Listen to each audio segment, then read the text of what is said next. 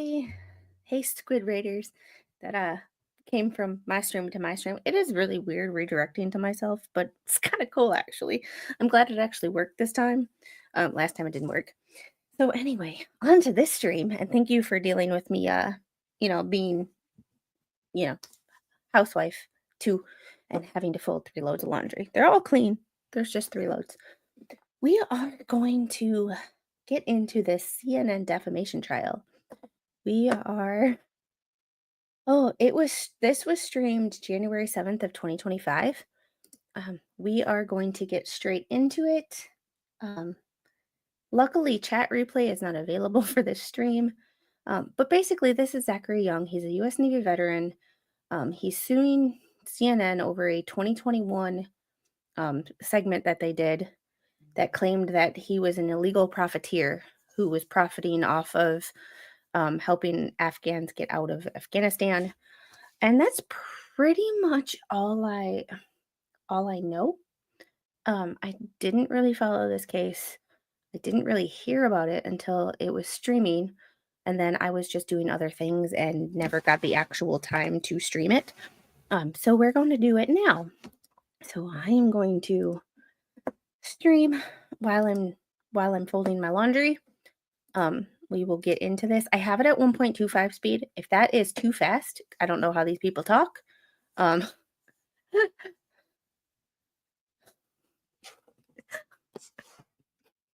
just can't. There's 20 people in here. And let's see if we can get 20 likes. It's Florida again. Well, of course it is. So, but we will see what happens. I heard it was pretty juicy. I heard the judge basically called the CNN out a few times. We'll see what happens.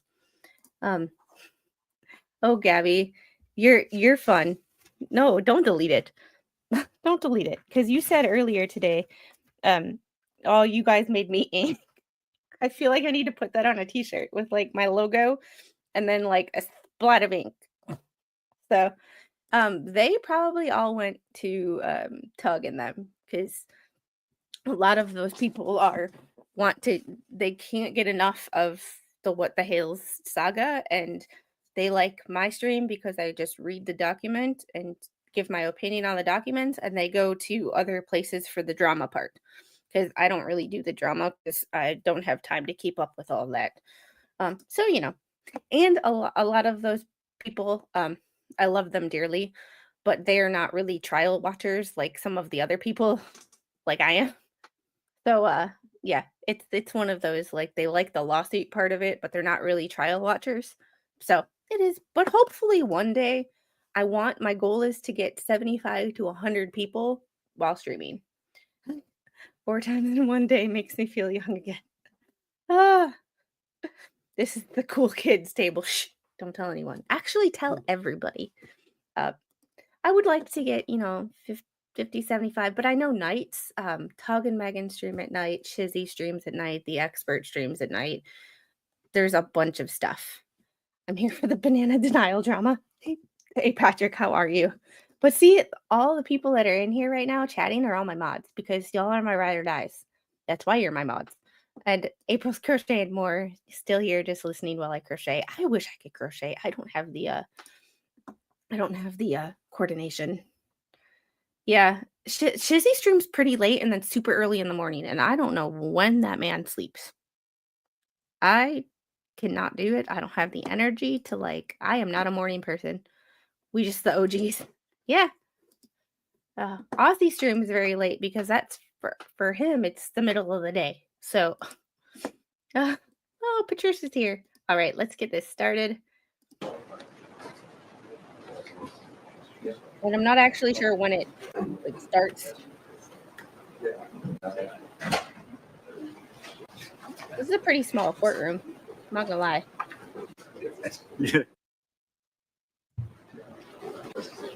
So I'm not actually sure.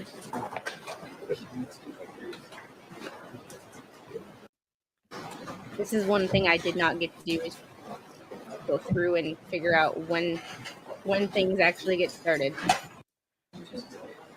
So, whoop.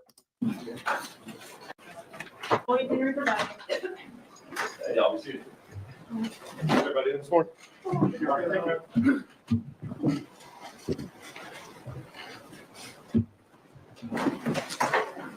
This judge looks very straight and narrow.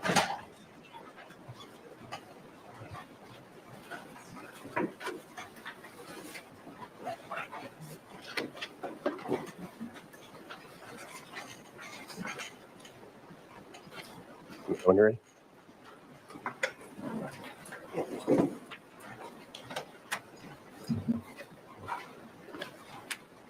That would be nice, wouldn't it?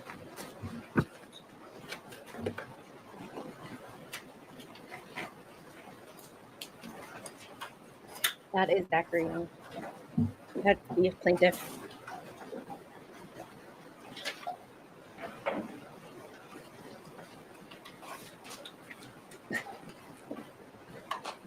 Why do all judges look like they don't want to be there? Like, y'all couldn't have settled this shit out of court.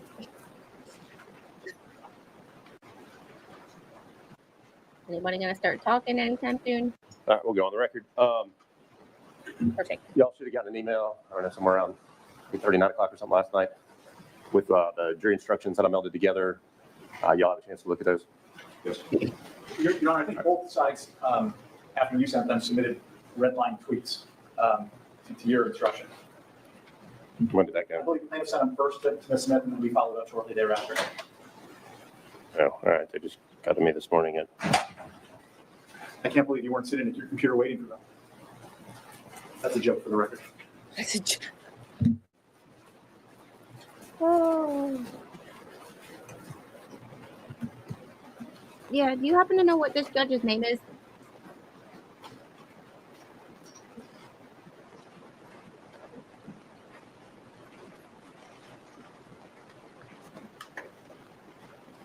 Gregory.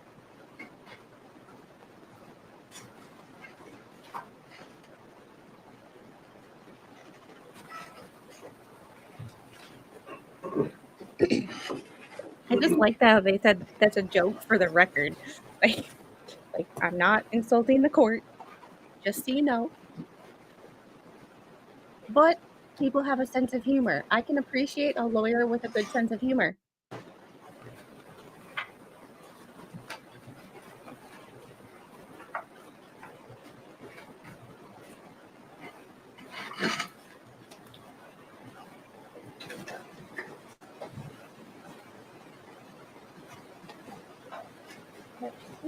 All right. Did you look at the red lines of each other's? Yes, Your Honor, we did. We had a conversation before court this morning. We're going to agree on. Looks like on the plaintiff's ones, there were only 2 pages. Is there objections on the defense side to those 2 changes the plaintiff had? Yes, Your Honor. On their proceed, Your Honor? Yeah. Real quick, what's the objection on the plaintiff's ones? Your Honor, the phrase "would understand" in their proposed in their rewrite to your proposed number 8 is not the law at this stage. The jury has to decide whether somebody did in fact understand. So we would object to the second change they want to make. We have no objection to inserting the words "a reasonable" in the first one. What's new? Okay. What about the other one where they were saying advertised online to the entire world and therefore to Afghans? That was not the court's holding. That was not what the court's finding was in the takeaway in that motion. The finding was he advertised his services to Afghans. That's actually what they sued us over for the alleged implication that he advertised directly to Afghans. So that's an inappropriate assertion. You haven't tried the history of this case. And of course, the audio sucks. Hey, look at that.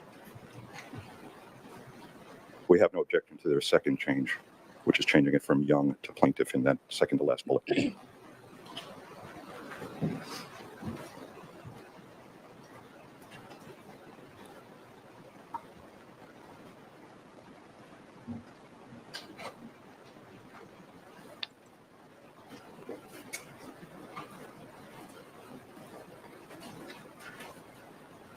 All right. And what about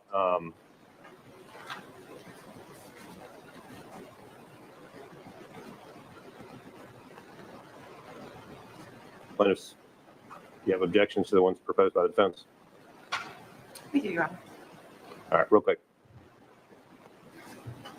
What are they? So, the have an objection to proposed instruction explanation of the each and every language, which we feel is extraneous because the elements that are listed there are already. Okay. Your Honor, Hey, Mr. Tubb, stop it. understood. Sit down. Yes. With respect to defendant's proposed instruction number 8, we also have disagreement over the striking of the word desperate and adding by taking money directly from Afghans, which we believe to be contrary to the court's summary judgment order as well as the first case order. With respect to proposed instruction number 8, Yeah. I think 1.25 speed is perfect. Sit down. CNN is awful from their lawyers to their Okay. anchors, like just the whole thing. we asked that the language proposed by the court last night be used and it actually makes it the jury as to what they're required to find and what's already been done. And then one more, proposed instruction number 13, the addition. Hang on, wait. Remember CNN Plus that only lasted like a day or 2 weeks or something like that? It was ridiculously short before their app got deleted because it sucked.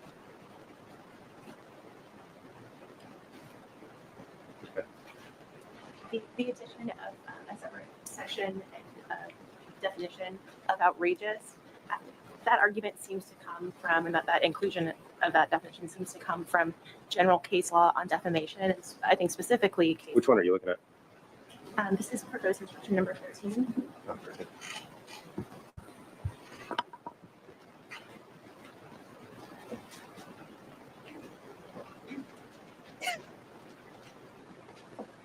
I know, right? I still want to know what the settlement was between him and or CNN and Nick Sandman. All right, go ahead. Sorry, I'm there, right? So I think that this this definition seems to come not from defamation cases, but from IIED cases where punitive damages were discussed. The court has already found, and we agree, and surprisingly, that if we've met the standards for express malice and actual malice sufficiently to submit the issue to the jury, and if they find that those elements were met, then there's not a separate outrageous definition that needs to be met. So we would ask that, again, this instruction be reverted to what the court had proposed last night. And then I did have one, this is not really a change, and I think we've already agreed on this, but this is just a bit of cleanup. On its proposed instruction number 12, and I believe it's on page 12 of the set that was sent around by the court last night.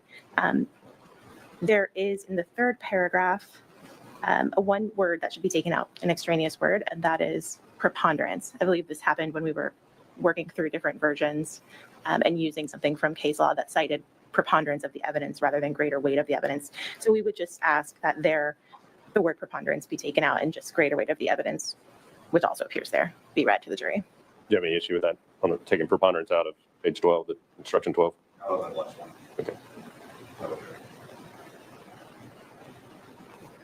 All right. So other than the ones you've identified that you're objecting to their changes, you don't have an issue with their changes? That's correct, Your Honor. All right. Ooh, Hang on, let me go back in. Henry, circuit judge, previously maybe. No, Gabby, that's why I love you. But you're right.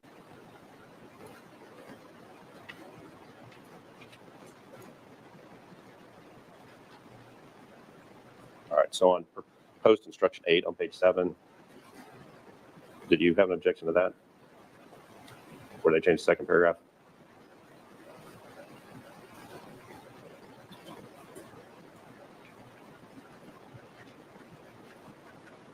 I think this is going to be an interesting trial because discovery of all of That's CNN's one where we asked dirty that laundry. we revert to It's what the court had What we had before. drafted last night. And on 9, which would have been At least the he has definition of hair, falsity. Patrick. Some of the judges that we've seen lately, the That Buff we're- of We're Justice, fine with those changes. don't really have hair. Hey, General. How are you? Where's poor Marine? I need my crayon-eating friend here. Hopefully he's not over in another chat pissing people off and getting them mad at me for no reason. Even more mad than they already are, because them people hate me already. Kind of funny, but I don't just go around wanting to antagonize them. It just happens. Me breathing antagonizes them. Mr. Dubbin, you get 3 minutes to make a record in terms of anything else that you wanted to state of your changes that they're objecting to. Yes, Your Honor. Hello.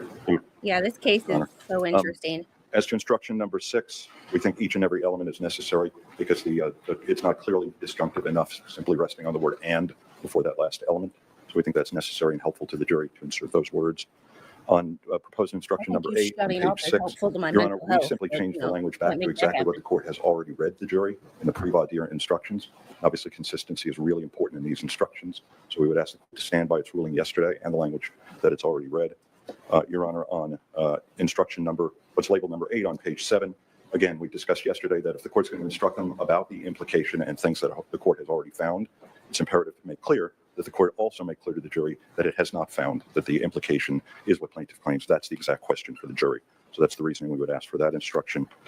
Your Honor, on the elements of punitive damages, it's in the first DCA's opinion in this case that outrageousness is a separate element to the punitive damages equation. So it's actual malice, express malice, and outrageous. And so it would be contrary to the holding of the first DCA in this case that there are 3 separate elements.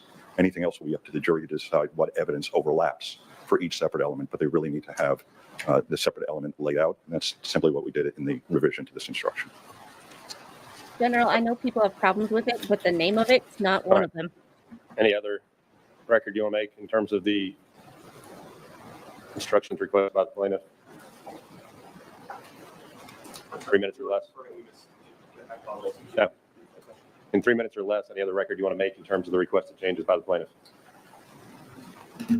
John, only as to the first one submitted, I think I touched on this yesterday, but it's just that without any kind of clarification, it conveys the impression the court is making a determination of intent. Just trying to make sure that the jury doesn't make that way. There's nothing to say. All right. Part of these instructions say that I'm going to give you the law. I may not know all the law, so these are preliminary instructions. These are not the set of instructions that are going to go back to the jury. We will finalize those in the language of those before they go back to them. In terms of the outrageousness argument, discuss that in a footnote in the summary judgment order that in general punitive damage stuff, they talk about outrageousness, but in the context of defamation, outrageousness is subsumed in the actual malice sort of analysis. That's in one of the footnotes in my order where I talk about that. For purposes right now, I'm not going to change and add the outrageousness part of it. What I will do is without objection on page 4, which is in, I don't have a heading at the top of it.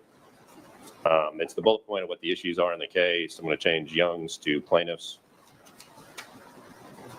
And I know that discussing jury instructions is boring AF. However, I have found, especially in Tessa's case, that jury instructions are vital. And the discussing them back and forth and the language is everything. In Tessa Garing's case, there was when felonies were mentioned, manslaughter was not mentioned as a felony. And I think that impacted the jury. Even though most people would assume that manslaughter is a felony, when they listed the felonies that he was being charged with, manslaughter was not there. And I think that impacted the jury a lot. So as much as the discussion on jury instructions is boring as hell, I think it is a very important discussion to listen to because language in these jury instructions is everything. And I believe the jury instructions in the Colin Griffith case also had a lot to do with why they found him not guilty. And I believe that had to do with the kidnapping part. So you can take it for what you want. I can change it to 1.5 speed if y'all would like, but to me, it's boring but important.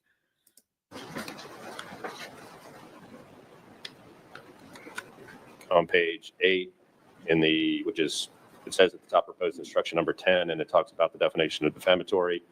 Under the defamation by implication, I'll change in that first paragraph there. Even when statements are true, they are defamatory if the statements juxtapose facts and create a false impression.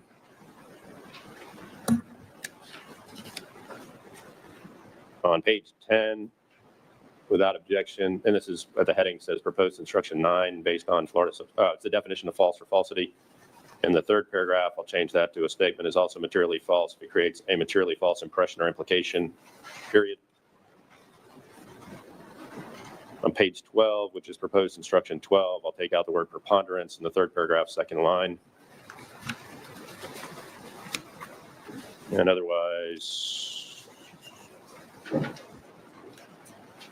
I'm going to give the instructions as drafted. So to the extent that there's a disagreement on the additional instructions, I'm going to leave the rest of them as is and not make the other changes. We can certainly clean it up if there are changes that need to be made, and we can discuss the outrageousness argument and issues later on if we need to for the final instructions and the set to go back to. Okay. The court is staying with the changed instruction for page 6, proposed during instruction 8. The court is going to give you. CNN has a whole lot of lawyers sitting there, don't they? On which one are you talking about? On page 6, instruction 8 at the top, determining meaning. Yes, sir. We changed it to match exactly what the court instructed yesterday. Do y'all have an issue on that? Sorry, I closed them. And I can guarantee you that those lawyers are like $1,000 an hour minimum. I mean, yeah, Your Honor, we would like it the way you've written it out. I think it's important, including the regulation sanction motion filed late, I guess, really early this morning. But Your Honor, we litigated this yesterday.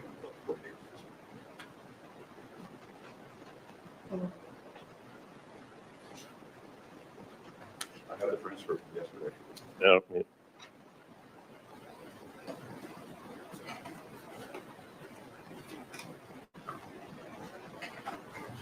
All right, on that one, yeah, the instruction I gave yesterday said by creating a false impression that he was preying on Afghans by taking money directly from Afghans.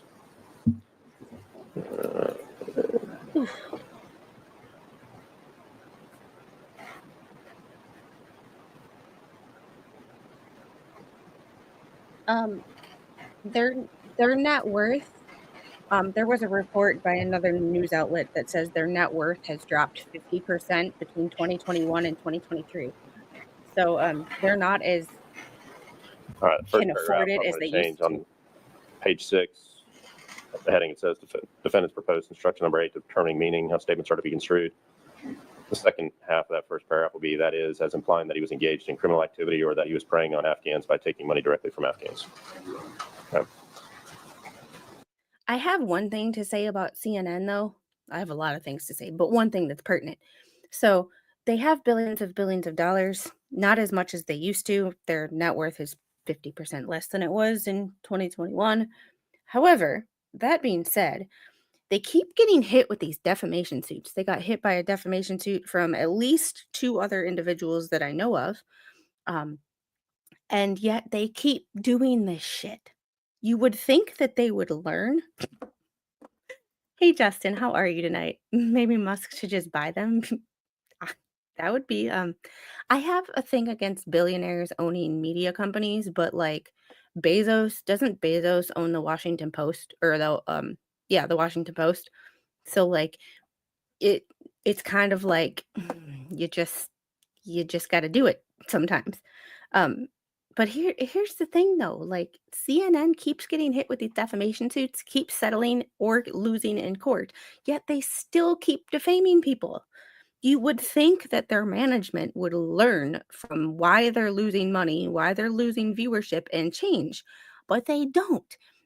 It's the same shit every time. They have not learned to stop doing this shit. Report facts, not conjecture. It's just like you would think, like it baffles my mind that people are this stupid in the world. Otherwise, y'all preserved your and y'all objected. You preserved your objection, but otherwise, those would be the instructions I read preliminary before we start openings here. All right. Is there anything else we need to do before we get the jurors in here? actually, goodness, Judge, I understand. I don't the paperwork out for the think that relationship we that raised is yesterday, so we'll handle on it my- this time. I don't think that's a setting that I have. That's not a me thing. Very well. I haven't changed anything.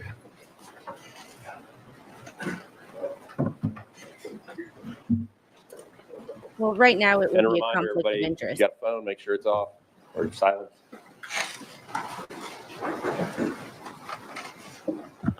Good morning, Your Honor. We met with the opposing counsel this morning and confirmed that the following exhibits are stipulated, and we'd like to move them into evidence now ahead of trial. So I'm just going to go ahead and read through them. The Plaintiff's Exhibit 7, Plaintiff's Exhibit 14, Plaintiff's Exhibit 19, Plaintiff's Exhibit 21, That's a good point. Plaintiff's Exhibit 24. It was at least 10. It was at least 10. Plaintiff's Exhibit 25, Plaintiff's Exhibit 26, Plaintiff's Exhibit 27, Plaintiff's Exhibit 31, Plaintiff's Exhibit 47, Plaintiff's Exhibit 52, Plaintiff's Exhibit 53, Plaintiff's Exhibit 55, Plaintiff's Exhibit 62, Plaintiff's Exhibit 63, Plaintiff's Exhibit 66, Plaintiff's Exhibit 69, Plaintiff's Exhibit 75, Plaintiff's Exhibit 78, Plaintiff's Exhibit 79, Plaintiff's Exhibit 80, Plaintiff's Exhibit 81, Plaintiff's Exhibit 87, Plaintiff's Exhibit 88, Plaintiff's Exhibit 95, Plaintiff's Exhibit 98, Plaintiff's Exhibit 105, Plaintiff's Exhibit 106, Plaintiff's Exhibit 115,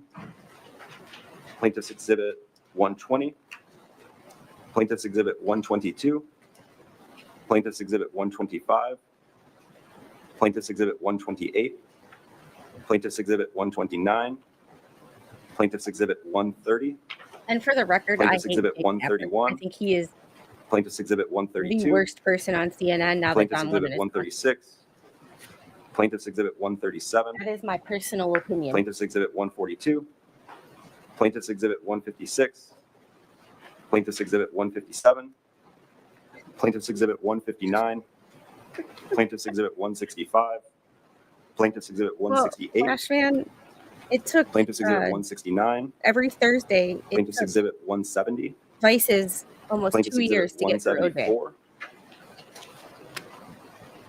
Plaintiff's Exhibit 185, Plaintiff's Exhibit 187, Plaintiff's Exhibit 189, Plaintiff's Exhibit 192, Plaintiff's Exhibit 201, I think that's a Plaintiff's filing exhibit. cabinet. 214, Plaintiff's Exhibit 216, Plaintiff's Exhibit 223, Plaintiff's Exhibit 229, Plaintiff's Exhibit 233, Plaintiff's Exhibit 234, Plaintiff's Exhibit 236, Plaintiff's Exhibit 272, Plaintiff's Exhibit 273, Plaintiff's Exhibit 276, Plaintiff's Exhibit 277,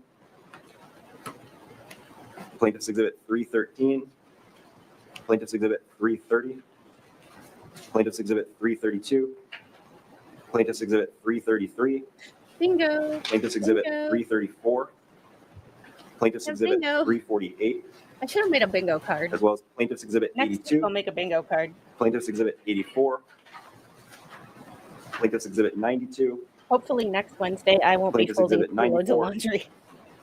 Plaintiff's Exhibit 117, Plaintiff's Exhibit 121, Plaintiff's Exhibit 123, Plaintiff's Exhibit 127, and Plaintiff's Exhibit 268. They have Defense there's stipulated bingo. You can admissibility make of those. like a free bingo maker is the website. All right. Uh, I won't run through the entirety of the list, but wonder those exhibits, why. as described by Mr. Dell, admitted. I think there's one more, Your Honor, because that you heard this morning, Mr. Axelrod, will correct if anything wrong. We thought a motion we don't have to deal with now. Part of that motion sought permission to add a video that was discovered yesterday to our exhibit list. I understand it does not object to it being added to our exhibit list or its admissibility, and that it should be stipulated into evidence. Got it wrong? Right. That's fine, Your Honor. So we don't have an exhibit number for it, but can we just call it exhibit 400? So we have exhibit 400, plaintiff's exhibit 400 will be the teaser trailer From Mr. Dowd. From the 4 o'clock hour? From the 4 o'clock hour. Okay. Okay. And Your Honor, pursuant to your order on the amended declaration, before we bring the jury in, plaintiffs would offer exhibit 24, 46, 48, 50, 51, 54, 55, 76, 79, 329, and 330. And pursuant to Ms. Malone's declaration. Sir. Yeah, Your Honor, there are, we have 3 objections. I don't think we can deal with these now. I mean, I think if plaintiff uses them with a witness, we can deal with them now, but there's a relevance objection, there's hearsay objections, even other business records. It's the hearsay within hearsay argument that we made before. I don't object to all of them, there's just 3 documents. Expensive Do we need to attorneys, admit them right now? super No. ugly All right, suit. let's preserve that issue, reserve on that issue. Thank you. All right. It proves that money doesn't buy class. All right, we'll call the extra teaser video plaintiff's 400, and without objection, that'll be admitted. All right, anything else before we get the jurors in? No, Your Honor.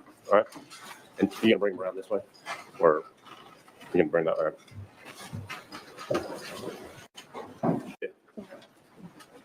Okay, and we skip through the, I certainly do. yeah. Watch out for the cable guys. I'll have to take it. I do like this judge, he's a humor.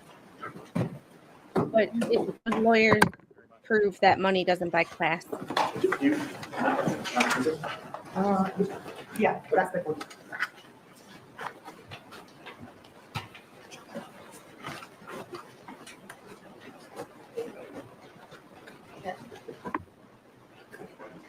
If you want to double check during the break on Mr.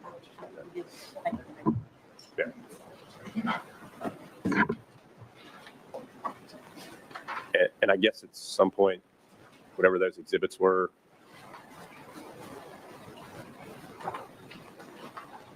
Yeah, I just have to show you real at quick. some point, those exhibits will need to get to the clerk to throw labels on them. Yes, we have a binder here. I think we're just using for signature. My little one, my little peanut, sleeping next to daddy.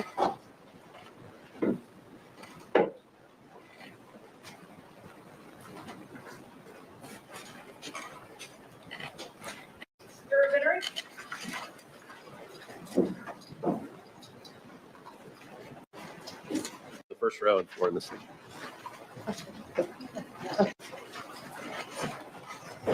Good morning, everyone. Good morning. I'll give you a moment to settle in there, and there should be the binders that's got notepads and stuff I on your wonder chairs. what So voir for you, dire but, looked like for this trial. Do you hate CNN? Yes. All right, ladies and gentlemen of the jury, you've taken an oath to serve as jurors in this case. And before we begin, I'm going to tell you about the rules of law that apply to this case and let you know what to expect as the trial proceeds. It's my intention to give you most of the rules of law, but it might be that I will not know for sure all of the law that will apply in this case until all of the evidence is presented. However, I can anticipate some of the law and give it to you now so that you will better understand what to be looking for while the evidence is presented. If I later decide that different or additional law applies to this case, I will tell you. In any event, at the end of the evidence, I will give you the final instructions on which you must base your verdict. At that time, you will have a complete written set of instructions, so you do not have to memorize what I'm about to tell you. All right. Plaintiff Zachary Young seeks to recover damages from defendant CNN for allegedly false statements that plaintiff claims defendant published about plaintiff on defendant's television programs, its website, and in social media posts. The law calls this type of claim a claim for defamation. The publications at issue in this case were made at the following times and through the following mediums. A video, number one, a video segment that aired on The Lead with Jake Tapper on November 11, 2021, hosted by Jake Tapper. 2, a video segment that aired on Connect the World on November 12, 2021, hosted by Max Foster.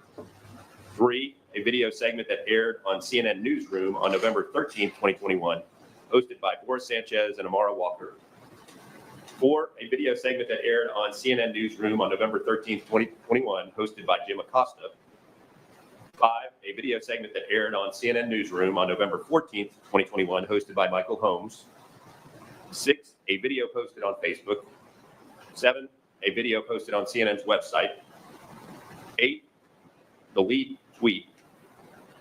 9, at NetSec CNN tweet. 10, Alex Marquardt's tweet. 11, Alex Marquardt's Instagram post. and 12, the digital article. The issues for your determination on plaintiff Zachary Young's defamation claims are: 1, whether CNN published the statements; 2, whether the statements were of and concerning Zachary Young; 3, whether the statements were materially false; 4, whether the statements were defamatory; 5, whether CNN acted at least negligently in publishing the statements; and 6, whether plaintiff suffered actual damages as a direct result of the statements. Additionally, if you find that the greater weight of the evidence supports plaintiff Zachary Young's defamation claims, you shall also consider whether plaintiff should be awarded punitive damages. If you find that the greater weight of the evidence does not support plaintiff Zachary Young's defamation claims, then your verdict must be for the defendant, CNN. I now want to instruct you on certain issues that have already been decided in this case. The following issues have already been settled. Defendant published the segment, the article, and each of the social media posts at issue. Plaintiff advertised his services to Afghans. Plaintiff did not act illegally or criminally. Plaintiff did not take money from Afghans. For purposes of the defamation by implication claim, that the publications were of and concerning plaintiff. Defendant's use of the words exorbitant and exploit to refer to plaintiff's prices and/or his business activities are not by themselves actionable because they are statements of opinion and cannot alone serve as the basis for liability for defamation. And defendant did not publish any statement that called plaintiff a scam artist or state that plaintiff was operating a scam. These are issues that have already been decided in the case and that you will not be asked to decide. In deciding the issues that you will be asked to decide, you may take into account these already decided issues. Greater weight of the evidence means the more persuasive and convincing force and effect of the entire evidence in the case. Plaintiff must prove that persons who viewed and read the segment and article understood them in the way that he claims, that is, as implying that he was engaged in criminal activity or that he was preying on Afghans by taking money directly from Afghans. The meaning of a challenge statement must be determined by its natural and probable effect on the mind of the average viewer or reader. The average viewer or reader is a reasonable person of ordinary intelligence, education, and background who would be representative of those who actually read or viewed the publication. To determine whether a statement is actionable, you must examine the statement in its totality, in the context in which it was uttered or published. You must consider all the words used, not merely a particular phrase or sentence. In addition, you must give weight to cautionary terms used by the person publishing the statement. Finally, you must consider all of the circumstances surrounding the statement, including the medium by which the statement is disseminated and the audience to which it is published. To recover on his claims for defamation, plaintiff must prove that the statement and implication he takes issue with were, in fact, reasonably understood by the ordinary reader as referring to him in particular, that is, that it must be of and concerning the plaintiff. I've already determined that for purposes of the claim for defamation by implication, the statements were published of and concerning plaintiff. For plaintiff's defamation per se claim, you must find the statements were published of and concerning Zachary Young. A statement is defamatory if it tends to harm plaintiff's reputation, tends to lower him in the estimation of the community, tends to expose him to hatred, ridicule, or contempt, tends to injure him in his business, reputation, or occupation, tends to deter third persons from associating or dealing with him, or charges that plaintiff committed a crime. Not every unpleasant or uncomplimentary statement is defamatory. A statement. Bubbles, take note. I know you're watching, but take note because this is everything you failed to tell your clients about. Is not defamatory merely because it is mean, embarrassing, or upsetting. Florida law holds that certain statements are so harmful in nature that they are presumed defamatory as a matter of law. A publication may be defamatory per se when it, 1, charges that a person has committed a crime, 2, it charges a person with having an infectious disease, 3, it tends to subject one to hatred, distrust, ridicule, contempt, or disgrace, or 4, it tends to injure one in his trade or profession. Defamation can also be implied. Even when statements are true, they are defamatory if the statements juxtapose facts and create a false impression that tends to harm Zachary Young's reputation, tends to lower him in the estimation of the community, tends to expose him to hatred, ridicule, or contempt, tends to injure him in his business, reputation, or occupation, tends to deter third persons from associating or dealing with him, or charges that Zachary Young committed a crime. A defamatory implication can also be created by omitting facts. An omission of fact is defamatory if it creates a false impression that tends to harm plaintiff's reputation, tends to lower him in the estimation of the community, tends to expose him to hatred, ridicule, or contempt, tends to injure him in his business, reputation, or occupation, tends to deter third persons from associated or dealing with him, or charges that plaintiff committed a crime.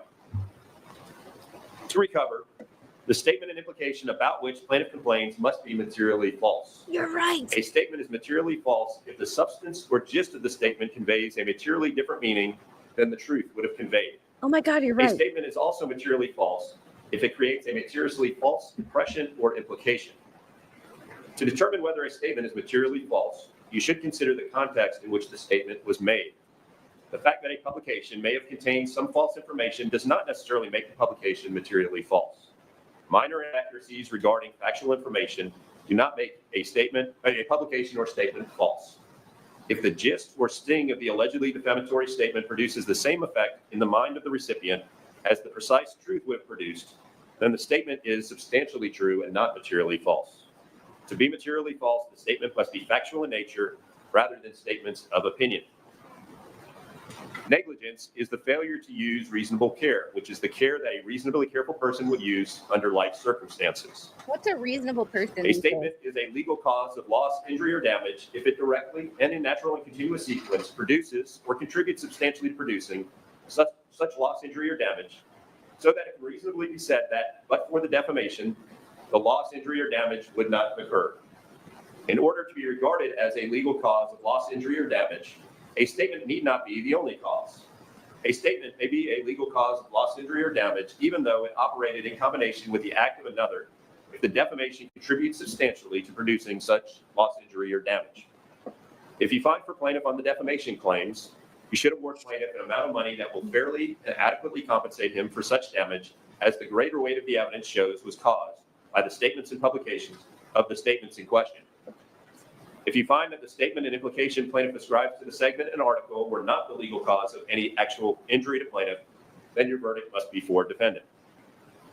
If you find for plaintiff and against defendant, you will consider whether, in addition to compensatory damages, punitive damages are warranted in the circumstances of this case as a punishment to CNN and as a deterrent to CNN and others.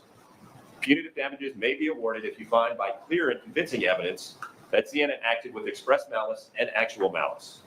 Express malice means CNN acted with a primary motive to injure Zachary Young, had ill will, hostility, or an evil intention to defame Zachary Young, or was motivated by a desire to harm Zachary Young. Actual malice means CNN either knew the statements were false or published them with reckless disregard of whether they were false or not. Clear and convincing evidence differs from the greater weight of the evidence in that it is more compelling and persuasive.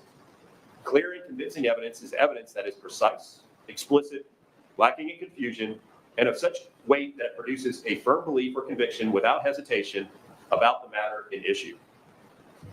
But now that you've heard the law, I want to let you know what you can expect as the trial proceeds. In a few That's months, bullshit. the attorneys will each have a chance to make what are called opening statements. In an opening statement, an attorney is allowed to give you his or her views about what the evidence will be in the trial and what you are likely to see and hear in the testimony. After the attorney's opening statements, the plaintiff will bring his witnesses and evidence to you.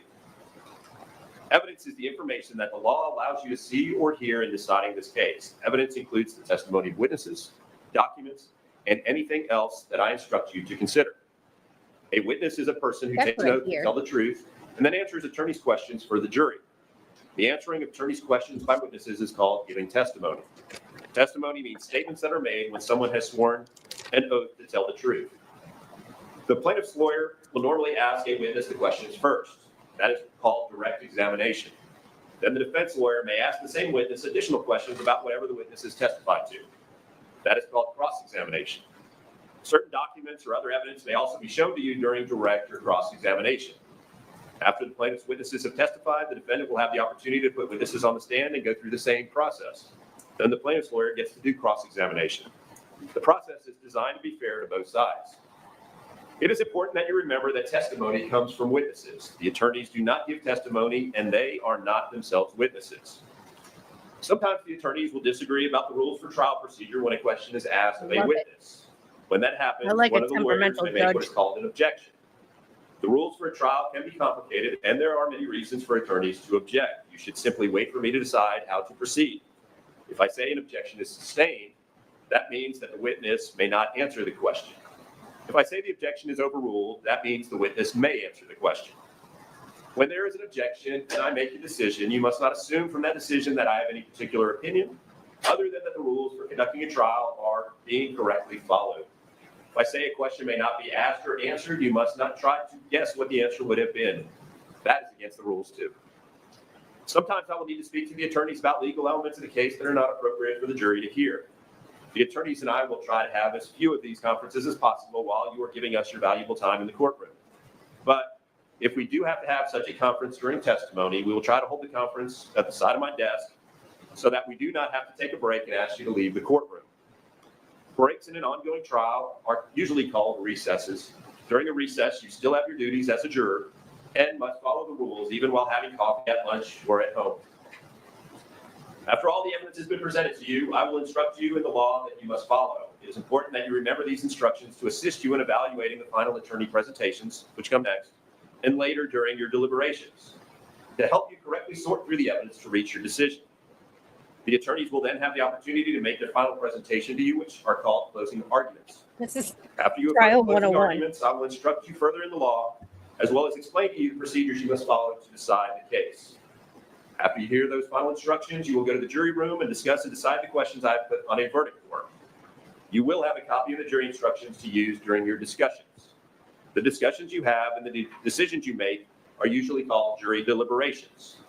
Your deliberations are absolutely private, and neither I nor anyone else will be with you in the jury room.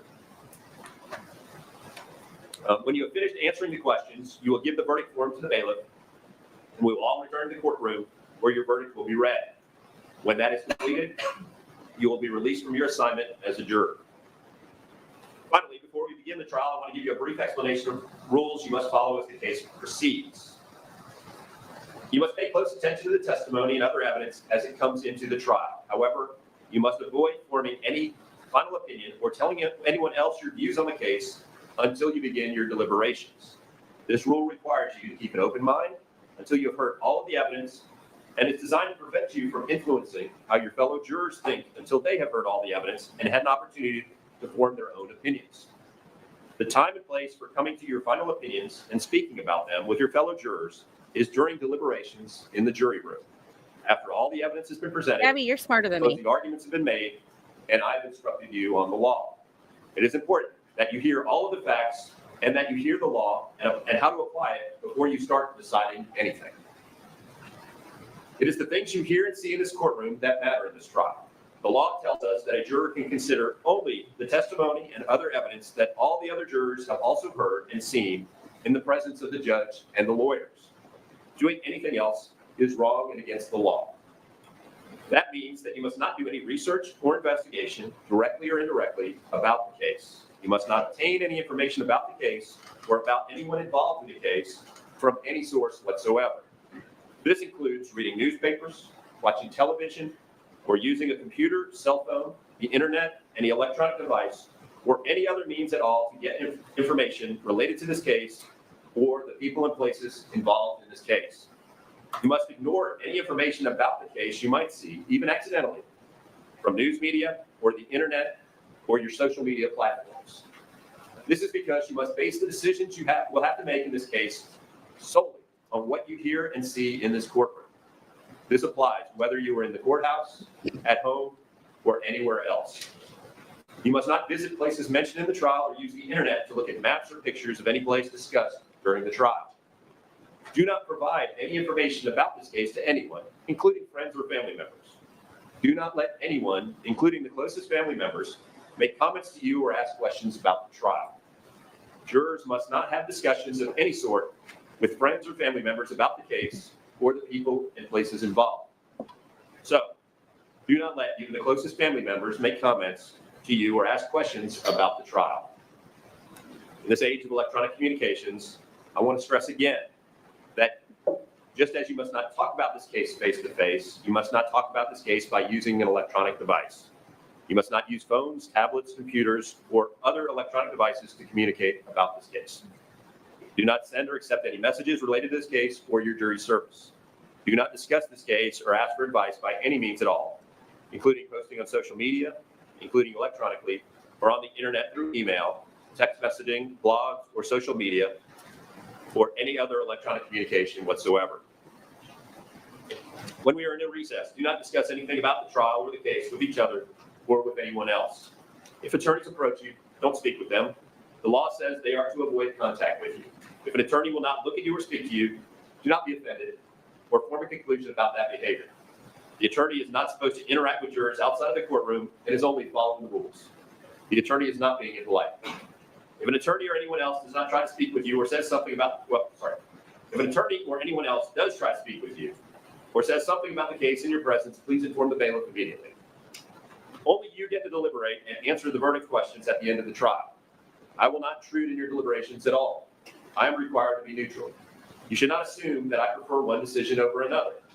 You should not try to guess what my opinion is about any part of the case. It would be wrong for you to conclude that anything that I say or do means that I am for one side or another in the trial. Discussing and deciding the facts is your job alone. All cell phones or other types of electronic devices must be turned off while you are in the courtroom. Turned off means that the phone or other electronic device is actually off and not in a silent or vibrating mode. You may use those devices during recesses, but even then, you must not use your phone or electronic device to find out any information about the case or communicate with anyone about the case or the people involved in the case. Do not take photographs, video recordings, or audio recordings of the proceedings or your fellow jurors. After each recess, please double check to make sure your device is turned off. At the end of the case, while you are deliberating, you must not communicate with anyone outside of the jury room. You cannot have in the jury room any cell phones, computers, or other electronic devices. If there are breaks in the deliberations, I may allow you to communicate with your family or friends, but do not communicate about the case or your deliberations. If someone needs to contact you in an emergency, the court can receive messages and deliver them to you without delay, and we provided that phone number to you yesterday to give to anybody that might need to get a hold of you. In deciding this case, it is your duty as jurors to decide the issues and only those issues that I will submit for your determination. You must come to an agreement about what your answers will be. Your agreed upon answers to my questions are called your jury verdict. The evidence in this case consists of sworn testimony of the witnesses, all exhibits received in the evidence, and all facts that were admitted to or agreed to by the parties, and any fact of which the court has taken judicial notice. In reaching your verdict, you must think about and weigh the testimony and any documents or other material that has been received in evidence. You may also consider any facts that were admitted to or agreed to by the lawyers. Your job is to determine what the facts are. You may use reason and common sense to reach conclusions. You may draw reasonable inferences from the evidence. In addition, you may, but are not required to make certain adverse inferences I will instruct you about. But you should not guess about things that were not covered here. And you must always apply the law as I have explained it to you. Let me speak briefly about witnesses. In evaluating the believability of any witness and the weight you will give the testimony of any witness, you may properly consider the demeanor of the witness while testifying, the frankness or lack of frankness of the witness, the intelligence of the witness, any interest the witness may have in the outcome of the case, the means and opportunity the witness had to know the facts about which the witness testified, the ability of the witness to remember the matters about which the witness testified, and the reasonableness of the testimony of the witness considered in the light of all the evidence in the case and in the light of your own experience and common sense. You will hear opinion testimony on certain technical subjects from persons referred to as expert witnesses. You may accept such opinion testimony, reject it, or give it the weight you think it deserves, considering the knowledge, skill, experience, training, or education of the witness, the reasons given by the witness for the opinion expressed, and all the other evidence in the case. It is entirely proper for a lawyer to talk to a witness about what testimony the witness would give if called to the courtroom. The witness should not be discredited just because the witness talked to the lawyer about his or her testimony. If you find that plaintiff destroyed or otherwise caused evidence to be unavailable while it was within his possession, custody, or control, and the evidence would have been material in deciding the disputed issues in this case, then you may, but are not required to infer that this evidence would have been unfavorable to plaintiff. The court has already determined that plaintiff had a duty to preserve the following evidence, but he destroyed or otherwise caused this evidence to be unavailable. 1, screenshots not preserved, transferred, or saved in electronic format after November 11, 2021. 2, data not preserved or transferred pertaining to messages or phone calls made on plaintiff's old cell phone after November 11, 2021. 3, signal messages that were deleted and not saved after November 11, 2021. And 4, plaintiff's LinkedIn private messages that were deleted after November 11, 2021. You may consider this together with other evidence in determining the issues in this case. If you would like to take notes during the trial, you may do so. On the other hand, of course, you are not required to take notes if you do not want to. That will be left up to you individually. You have been provided with a notepad and a pen for use if you wish to take notes. Any notes that you will take will be for your personal use. However, you should not take them with you from the courtroom. During recesses, the bailiff will take possession of your notes and will return them to you when we reconvene. After you have completed your deliberations, the bailiff will collect your notes, which will be immediately destroyed. No one will ever read your notes. You know how many If you times take I've notes, wanted do to not get get my so hands on a involved in note-taking that you Jury become notebook. distracted from the proceedings. Your notes should be used only as aids to your memory. Whether or not you take notes, you should rely on your memory of the evidence, and you should not be unduly influenced by the notes of other jurors.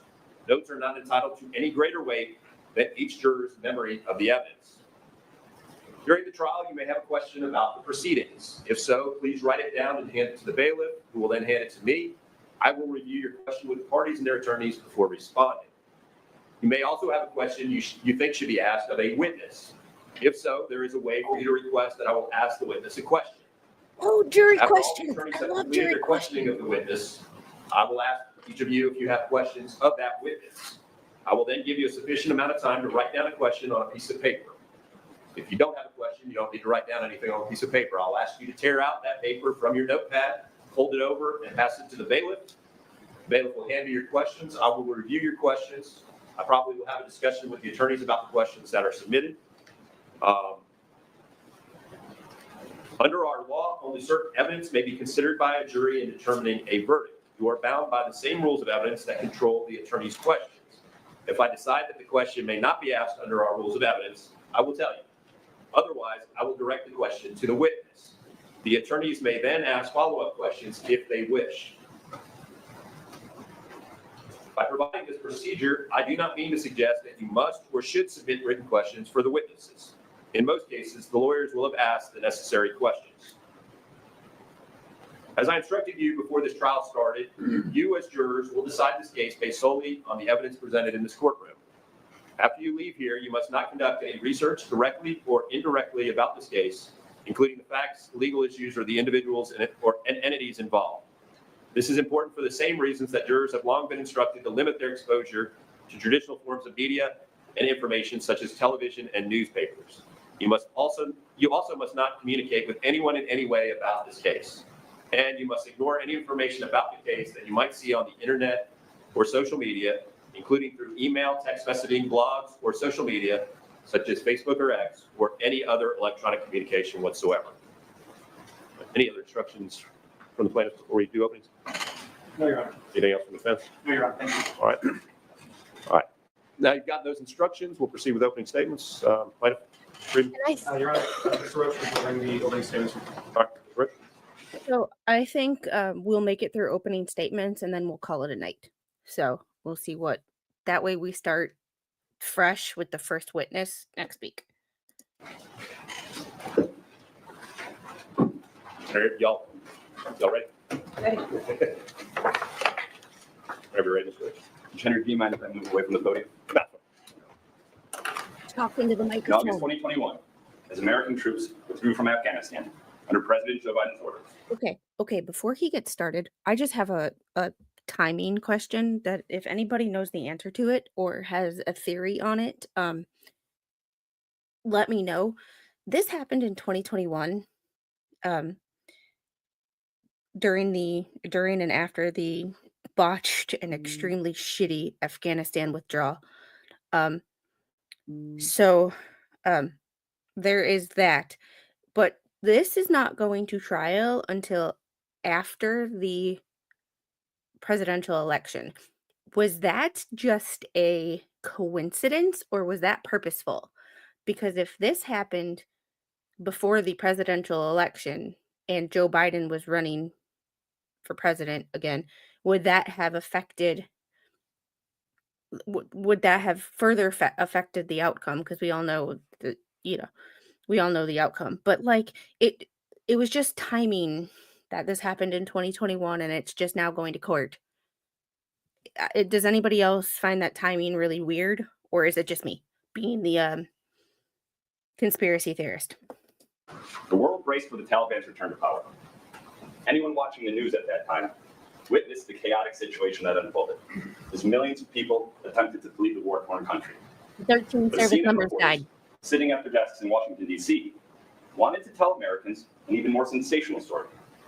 See, they had received a tip that Zachary Young, a veteran and CIA-trained operative, was illegally preying on desperate Afghans in a black market operation. Now, if that were the truth, there'd be nothing wrong with CNN telling millions of Americans and exposing this black market. The problem for CNN, it couldn't confirm any of the facts.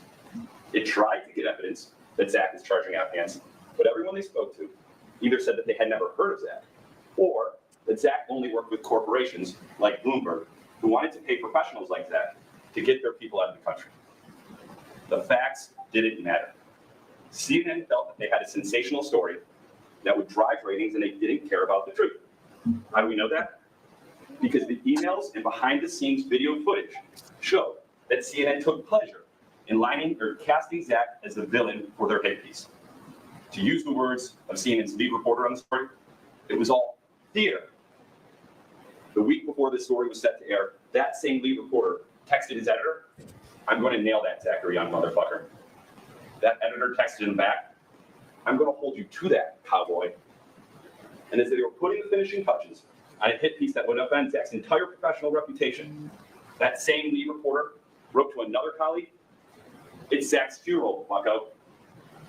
On November 11th, 2021, that story aired on Primetime Evening News with Jake Tapper. Holy crap. They aired it on Veterans Day. They aired it on Veterans Day. Let that sink in for a minute.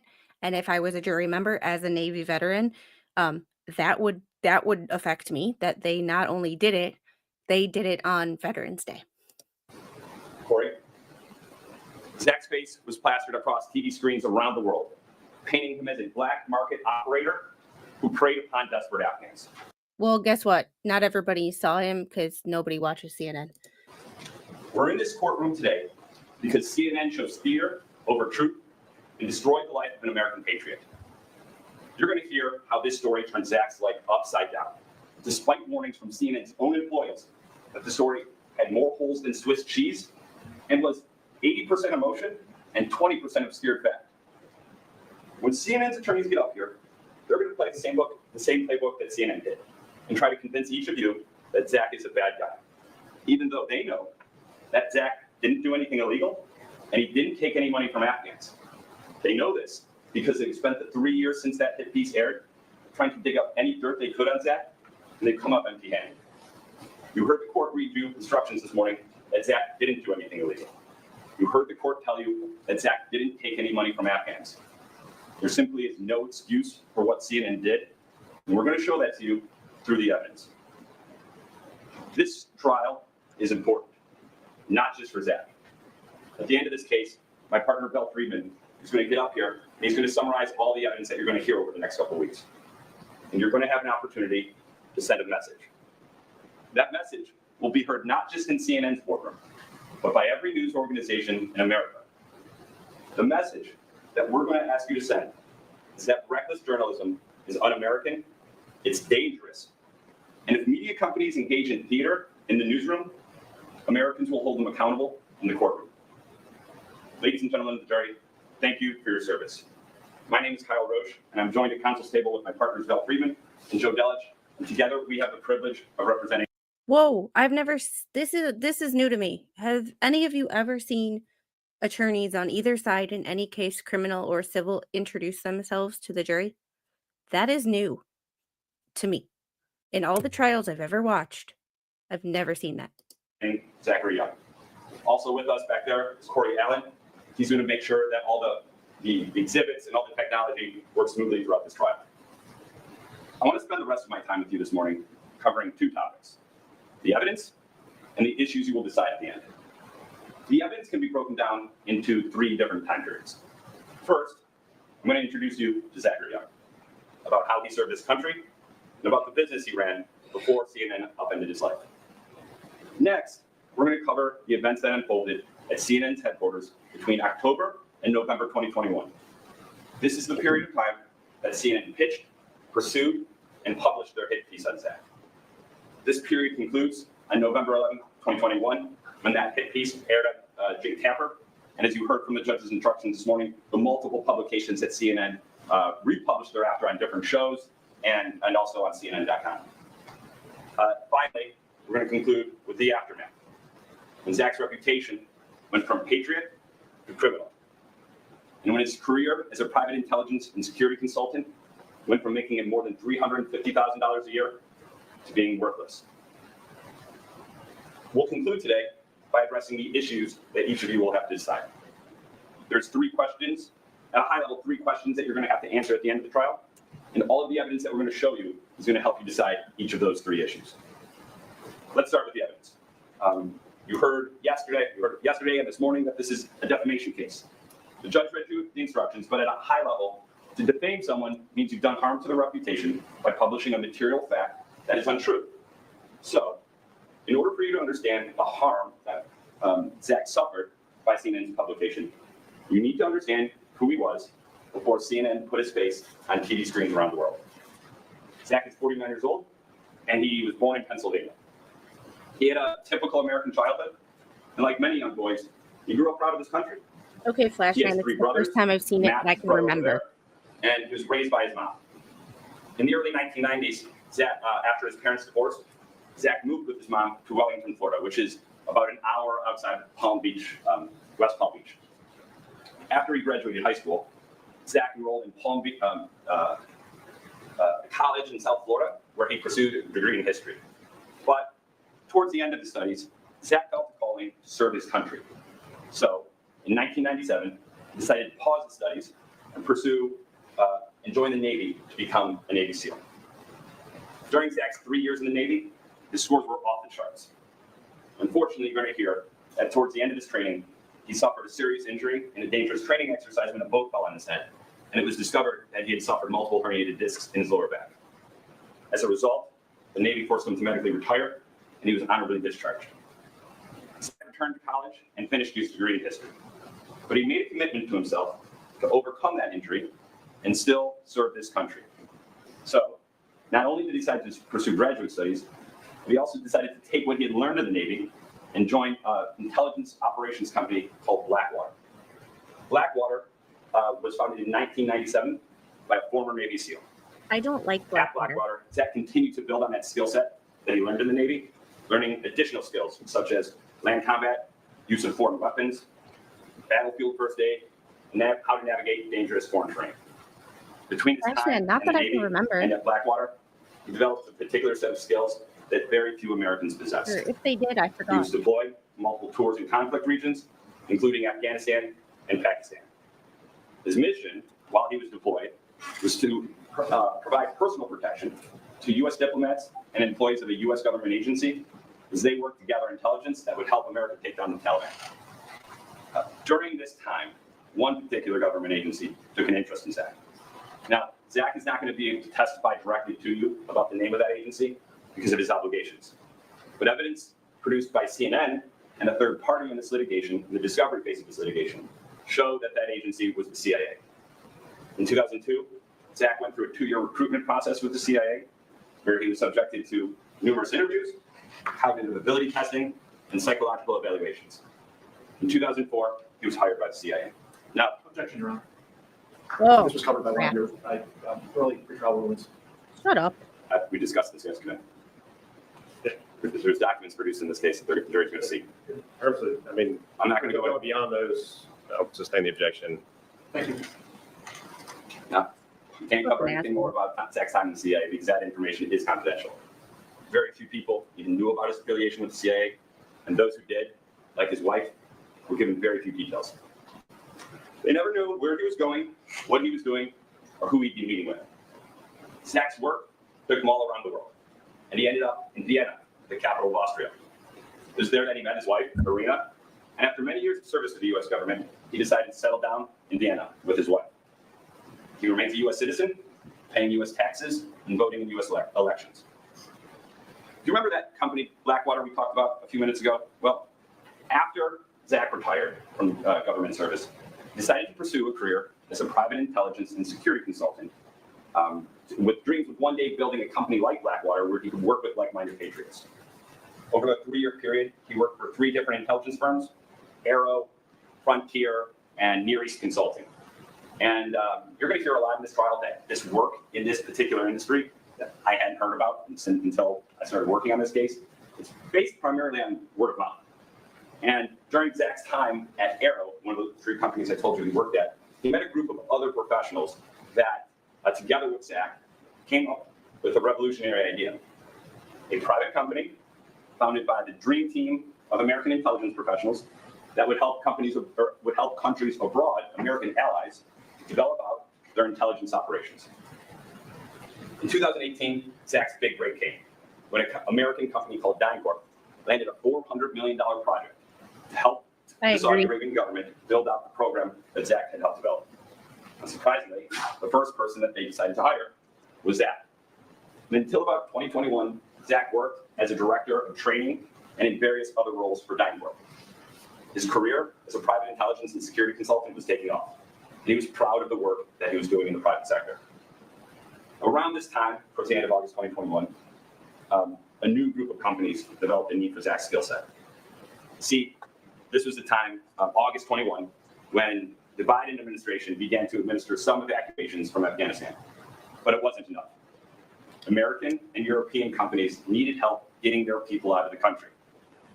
Around this time, an FBI agent recommended Zach to an American company called Audible. Some of you may have heard of Audible before. It's a multi-billion-dollar company that makes audiobooks. If you bought audiobooks on Amazon, sometimes it gives you the Audible option. It's also a subsidiary of Amazon. See, Audible had 3 women on the ground in Afghanistan, and they needed help getting their people out. Zach told them that he could help run an operation by relying on his former intelligence network, who had boots on the ground in Afghanistan. Audible hired him, and Zach sprang to action. And he successfully evacuated all 3 women out of Afghanistan. Over the next couple months, Zach went on to successfully evacuate 22 women on behalf of 4 companies. I already told you about Audible. He also ran 4 successful evacuations for women on behalf of the multi-billion-dollar news company called Bloomberg.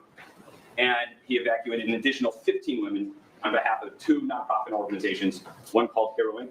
and another called Civil Fleet. Now, when CNN gets up here to argue, I imagine that they're going to say something like, well, okay, Zach didn't do anything illegal. They were wrong on that. But what Zach was doing was unethical. I imagine they're going to try to paint a narrative of Zach sitting in Austria in his underwear, profiting off of these corporate evacuations. You're going to hear from both Zach and a retired U.S. general why that narrative is false. It's false because if Zach tried to enter Afghanistan to help with the evacuations, it would have been a suicide mission. As a white man, Zach would have stuck out like a sore thumb, endangering not only himself, but those he was trying to evacuate. Zach had to rely on his network of intelligence professionals who were on the ground in Afghanistan, who all looked like Afghani men, because he needed the evacuations to go undetected by the Taliban. He doesn't have enough to stand. Period in the timeline. November 11, 2021, the Jake Tapper story on Zach.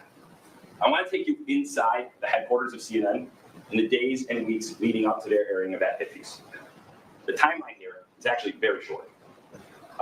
CNN was initially pitched the story on Zach on October 27, 2021. Just 4 days later, that story was greenlit by CNN's executive vice president of programming. After the pitch was greenlit, CNN spent 2 days pursuing the facts. By November 3rd, they had fully completed their investigation, and they had filmed all the shots that they thought they needed to make a good story on Jake Tapper. By November 10th, that story was ready to be published. This was the first time that CNN decided to tell Zach that they were going to run a story on him. And when Zach asked, hey, can you give me a list of questions so I can make sure that the story is accurate? CNN gave him 2 hours to respond. Now, you heard this morning that it's our burden to prove our claims. You also heard that there's different burdens of proof for us to show our claims, and in order for us to be entitled to punitive damages, we need to show you by clear and convincing evidence that CNN acted with malice. We welcome our burden, and we intend to show you it's not a close call. If you think it's a close call, don't give us a dime, because the evidence we're going to show you is overwhelming. you're going to have, when you go back and deliberate at the end of this trial, you're going to have all the emails and text messages between the CNN employees leading up to the airing of the hit piece. My God, that You're was going to have the raw video footage showing CNN's lead reporter on the story laughing about setting Zach up on the hit piece and declaring, when he didn't think the cameras were filming him, that the piece was theater. And at the core of this trial is just that, truth versus theater. When CNN's employees get up here to testify, I want you to think, are they telling you the truth or are they just giving you more theater? Some of you may remember when the news used to be different, when it wasn't about clicks, scandal, and drama. When we had American reporters like Walter Cronkite, who's covered everything from Watergate to the moon landing, and actually cared about delivering Americans the facts they needed in order to make decisions as a nation. Hi, Puddle Town. You have an opportunity in this trial to move the pendulum back towards sanity intermediate. So, how did the CNN story start? Well, in order to walk you through what happened, I need to introduce you to a few individuals who were involved in the story. First, Joe Kornetsky, Alex Marquardt, you've heard his name a couple times already, Katie Boat-Lillis, and Tom Lovely. You're going to hear a few other CNN employees testify during this trial, but those are the key people who are involved with the story, and I want to preview some of the evidence and some of the testimony that you're going to hear from them. The story starts with Kornetsky. She's a Harvard-educated, American-born activist who's self-described as an ally towards Afghanistan and a social entrepreneur. She connects with Zach on LinkedIn after she sees one of his posts describing the services he's providing to corporations. Zach is initially civil with Kornetsky. And even though he thinks she's wasting his time, he breaks down his cost structure for her on the evacuations. Things, though, get heated between Kornetsky and Zach when she accuses him of planning for life on a private island. By this point, Zach understands that she's just trying to attack his work on corporate evacuations. So he tells her, go waste somebody else's time. He then blocks her and goes back to his work coordinating evacuations. Now, Kornetsky's not very happy about this. So she reaches out to a CNN reporter named Alex Marquardt and asks him if he wants to run a story about an American mercenary who was getting people out of Afghanistan and dumping them in Islamabad. After a single call with Kornetsky, Marquardt, the lead reporter on the segment that ended up airing on Jake Tapper, gets his idea for a big story. He's got his bad guy, the American mercenary. He was going to cast Zach as a predator running a black market operation to extort desperate Afghans. Marquardt's initial pitch of the story is October 28th, which is the day after CNN was initially pitched. He titled it Extortion of Desperate Afghans and chose Zach as the only subject for his piece. He told his bosses that Zach's the only one that needs to get investigated. The goal of the piece? To expose Zach as a criminal charging desperate Afghans. Never mind that Zach never charged a single Afghan. CNN wasn't actually interested in the facts. They just wanted sensational media. They never are. You're going to hear how Marquardt was That's why so they keep getting focused sued on Zach that he ignored real leads. Perhaps most telling is a text message exchange between him and Kornetsky. She tells Marquardt about an Afghan who paid to get out. But when he hears that Afghan did pay Zach, Marquardt tells Kornetsky, this story doesn't align with mine, unfortunately. Think about that. Marquardt is willing to ignore real stories about real Afghans because they don't align with the hit piece he's trying to run, where Zach is the villain. Now, Marquardt has zeroed in on Zach as his villain, but in order to make him a villain, he needs to find one of his victims. Unfortunately for Marquardt, he never finds any victim because Zach never charged any Afghan. But he does find a few people that Zach communicated with on LinkedIn. What he learns is that Zach only worked with corporations, the corporations I told you about earlier today. But Marquardt didn't want to tell a story about corporate evacuations. That isn't sexy, it isn't scandal, and it's not what drives eyeballs to the network. Marquardt never Nothing really drives tried to eyeballs contact to the network. that Zach had successfully conducted evacuations for. Meanwhile, buzz starts building in CNN's headquarters about Marquardt's big piece. Taglines start getting shared a bunch amongst a number of eager employees, CNN employees who are excited about this piece. They exchange topics like extortion of desperate Afghans and a shadowy black market. Amongst all the excitement, CNN's executive vice president says that the story on Zach would make a great story or a great piece for the lead with Jake Tapper, CNN's star reporter. November 1, 2021, the story is greenlit. CNN has no evidence that Zach charged any Afghan. They have no evidence that he's done anything illegal. doesn't matter. They have a tragic situation. People trying to escape a war-torn country. They have, as one CNN employee put it, a punchable pace for their lead. Zach's face. Now all they need is theater. By this point, you're going to see in the documents that CNN's recklessness turns to maliciousness. Someone texts Marquardt, "I'd love to see you take this guy down." Marquardt obliges. Later that same day, he texts an editor from CNN, "I'm going to nail this Zachary Young motherfucker." His editor leans in and tells him, "I'm going to hold you to that, cowboy." This brings us to phase 2 of the hit piece, November 2nd to November 3rd, when they pursued Zach. We're now 1 week out from the hit piece era. Marquardt tells his colleague, Katie Bowillis, the third person I told you about a couple minutes ago, that he wants to get Zach to a place where he's calling him on camera. See, they want to get that shot for the hit piece. The entrapment begins. Marquardt doesn't want Zach to know that he's lining him up. So he tells his colleague, Miss Lillis, that she should be the one doing all of the texting with Zach.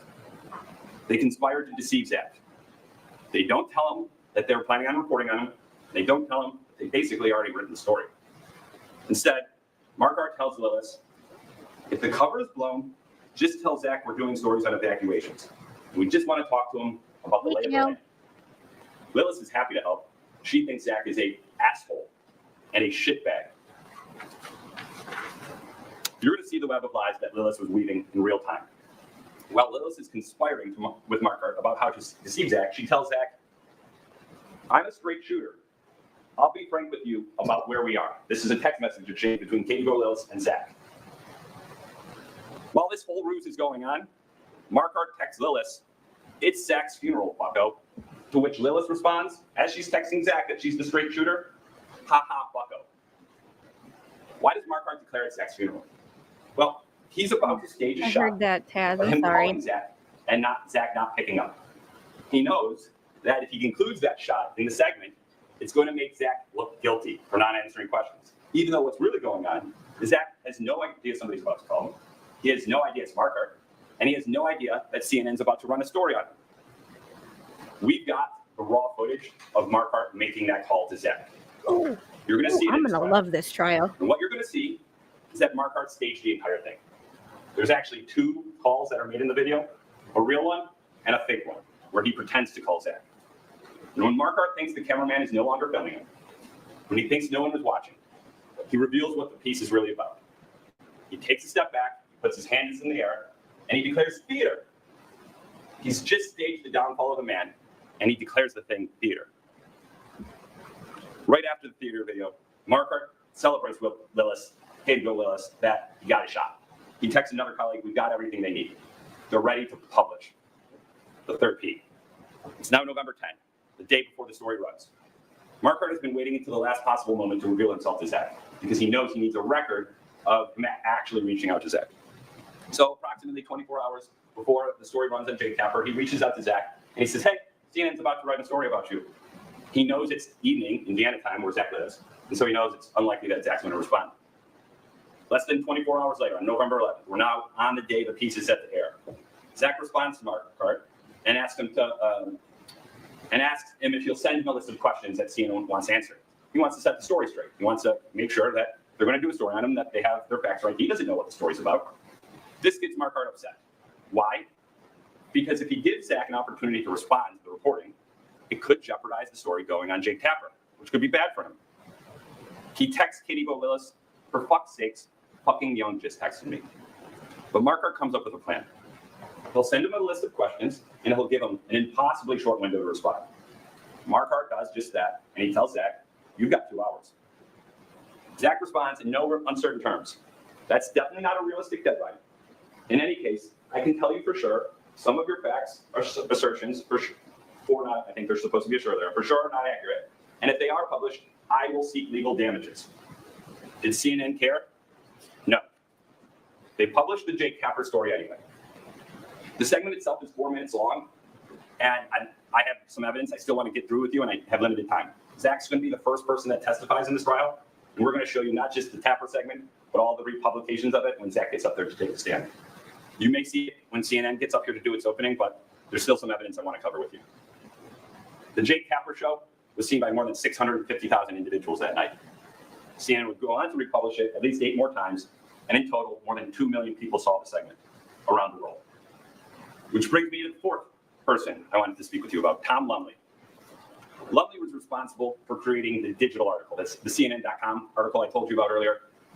Now, he doesn't find out about Marquardt's story until just a couple hours before it's aired. Some of the employees you're going to see had known for like more than a week. Lumley finds out like 2 hours before it goes live. He tells one of his colleagues, though, that the story is full of holes, like Swiss cheese. That CNN employee writes him back, yeah, it's 80% emotion, 20% obscured fact. Lumley tells another colleague that there's a fundamental question missing in the story, whether Zach actually preyed on any Afghans. Lumley saw the obvious problems with the piece. And you will see that evidence that Lumley found it so disturbing that he couldn't believe that CNN's leadership actually approved the story on the own. One of Lumley's coworkers agreed, writing, the inference running through Alex's story that these people are just bilking desperate Afghans might not be fair at all. CNN willingly ignored Lumley's journalistic concerns. After the article was sent for approval, Lumley writes that he just wanted it done to diffuse the drama, and that it's only half a good story. At the end of the day, there was no one at CNN that was willing to stand up for truth. Theater prevailed. Which brings me to the final chapter in this trial, Zach's life after the hit piece. To use Marquardt's own words, it was Zach's funeral. The career that he had spent 2 decades building was decimated. You're going to hear how, after the story aired, Zach's former intelligence professionals wanted nothing to do with him. Overnight, he went from patriot to criminal, and his career as a private intelligence and security consultant has not recovered. CNN's reckless journalism stole Zach's income and reputation. But it wasn't just his career that suffered. Zach's paid a heavy cost in his personal life as well. After many years of service to the U.S. government, he deserved the life that he was living, and CNN took that from him without any justification. Now, I anticipate that CNN's attorneys and witnesses will make a couple arguments to continue to try to attack Zach's work in Afghanistan. CNN can no longer claim that he did anything illegal. The court has just told you that he did not. CNN can't claim that he took any money from Afghans because, again, the court has told you that you must accept that fact as true. So I imagine that they will create new claims to try to distract you from the issues in this case. I want to briefly address a couple of the arguments that I think they're likely to make. Ooh, First, I you're like gonna hear this guy. from Zach himself that about a month after the CNN piece aired, he deleted LinkedIn messages and other documents. CNN will argue that Zach did that to hide bad evidence. Zach will tell you that's not true, that he did it because he was in a panic, because he was worried that the Austrian government was going to see the story and the police were going to show up in his house, and then he had a bunch of online trolling on him from people who saw the story on his LinkedIn account. Zach deleted his LinkedIn messaging to stop the online trolls. The idea that he did that to hide some black market activity, and the court has instructed you that he did not do anything illegal, is simply a fiction that CNN hopes you believe. Second, you're going to see communications where Zach is rude, flippant, and arrogant. He calls Kornetsky, the person I told you about in the beginning who first found Zach, he calls her a spiteful bitch after she accuses him of charging $15,000 for the corporate evacuations. There's also messages with somebody living in Colorado where after Zach finds out the guy's wasting his time, he says, you can't be serious, have them run for the border and see how far they get. Zach's language is rude and abrasive. He doesn't like distractions and he's mission focused. We've all seen the spy movies where actors like Liam Neeson pretend to have a particular set of skills. Hollywood does not cast its spies to be warm and cuddly, and in the real world, you don't want them to be either. None of this means that Zach is criminal. None of this means that he took any money from Afghans. Do not let CNN use these to distract you from the real issues in this case, which brings me to the conclusion. I want to thank you for your time yesterday, You have today, and in the coming multiple weeks. Flash fan. We all know that your time is valuable, and we're going to do our best to present this case as efficiently as possible. I want to end today where you will end, with the 3 issues that you'll decide at the end of this trial. First, you're going to be asked to decide whether CNN defamed Zach. There's 2 ways you can find CNN liable for defamation. Either their use of the word black market implied that Zach did something illegal, or the story as a whole painted Zach as a bad actor preying on desperate Afghans. Now, CNN is probably going to argue that the word black market doesn't mean illegal.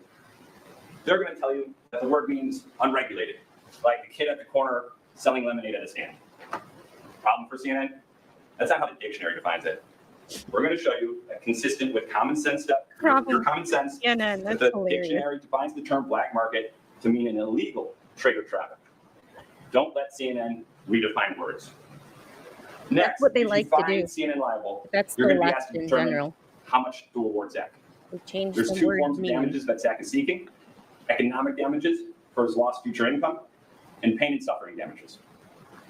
Finally, you're going to be asked to decide whether CNN should be punished. Punitive damages are different from the type of damages that Zach is seeking directly. Punish In order for Zach to Punish recover them. punitive Punish damages, them. he must prove that CNN acted with malice. Well, what does that mean? If CNN just negligently published their story and got the facts wrong, they still might be liable to Zach for the economic harm, but we wouldn't be entitled to punitive damages.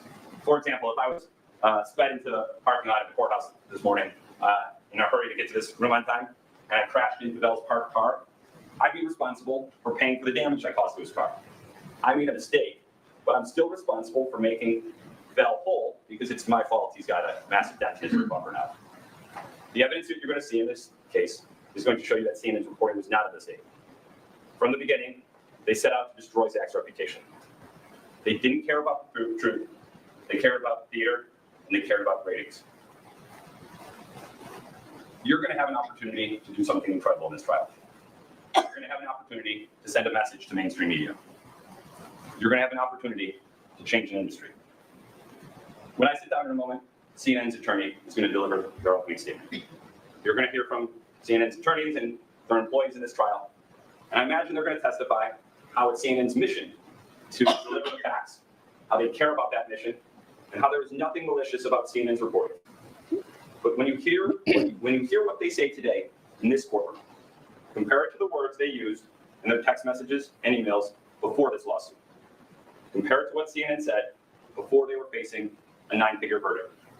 When you make that comparison, when you consider the evidence, you decide who's telling you the truth and who's giving you theater. Thank you.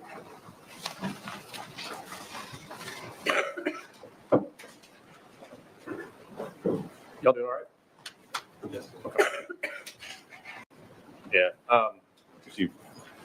Just from a timing standpoint, I don't want to cut you short or break your opening up. Yeah, I'm probably going to go, I'm guessing 45 minutes, 50 minutes? Yeah. So 5 minutes. That'll get us closer to 11 o'clock. So I didn't want y'all sitting there if you needed a break. All right, why don't we do this? We'll take a 5-minute break real quick. And as you know, we skip through the break. So as soon as they're done with their opening statement, we're going to call it a night because that way we start fresh next week with Zach being the first witness. All right. Is there anything before we bring him back in? No, you're on. All right. If you got them all, bring him back in, Kristen. I thought we were going Over there. to bring him around. When we break for lunch, I'll talk with my bailiff about which way we're bringing him in. Have you never brought why is his Florida statutes or his books, why is every other one upside down? Do you notice that? 2022, every other one's upside down? Is it just me? I pay attention to the weird shit like that.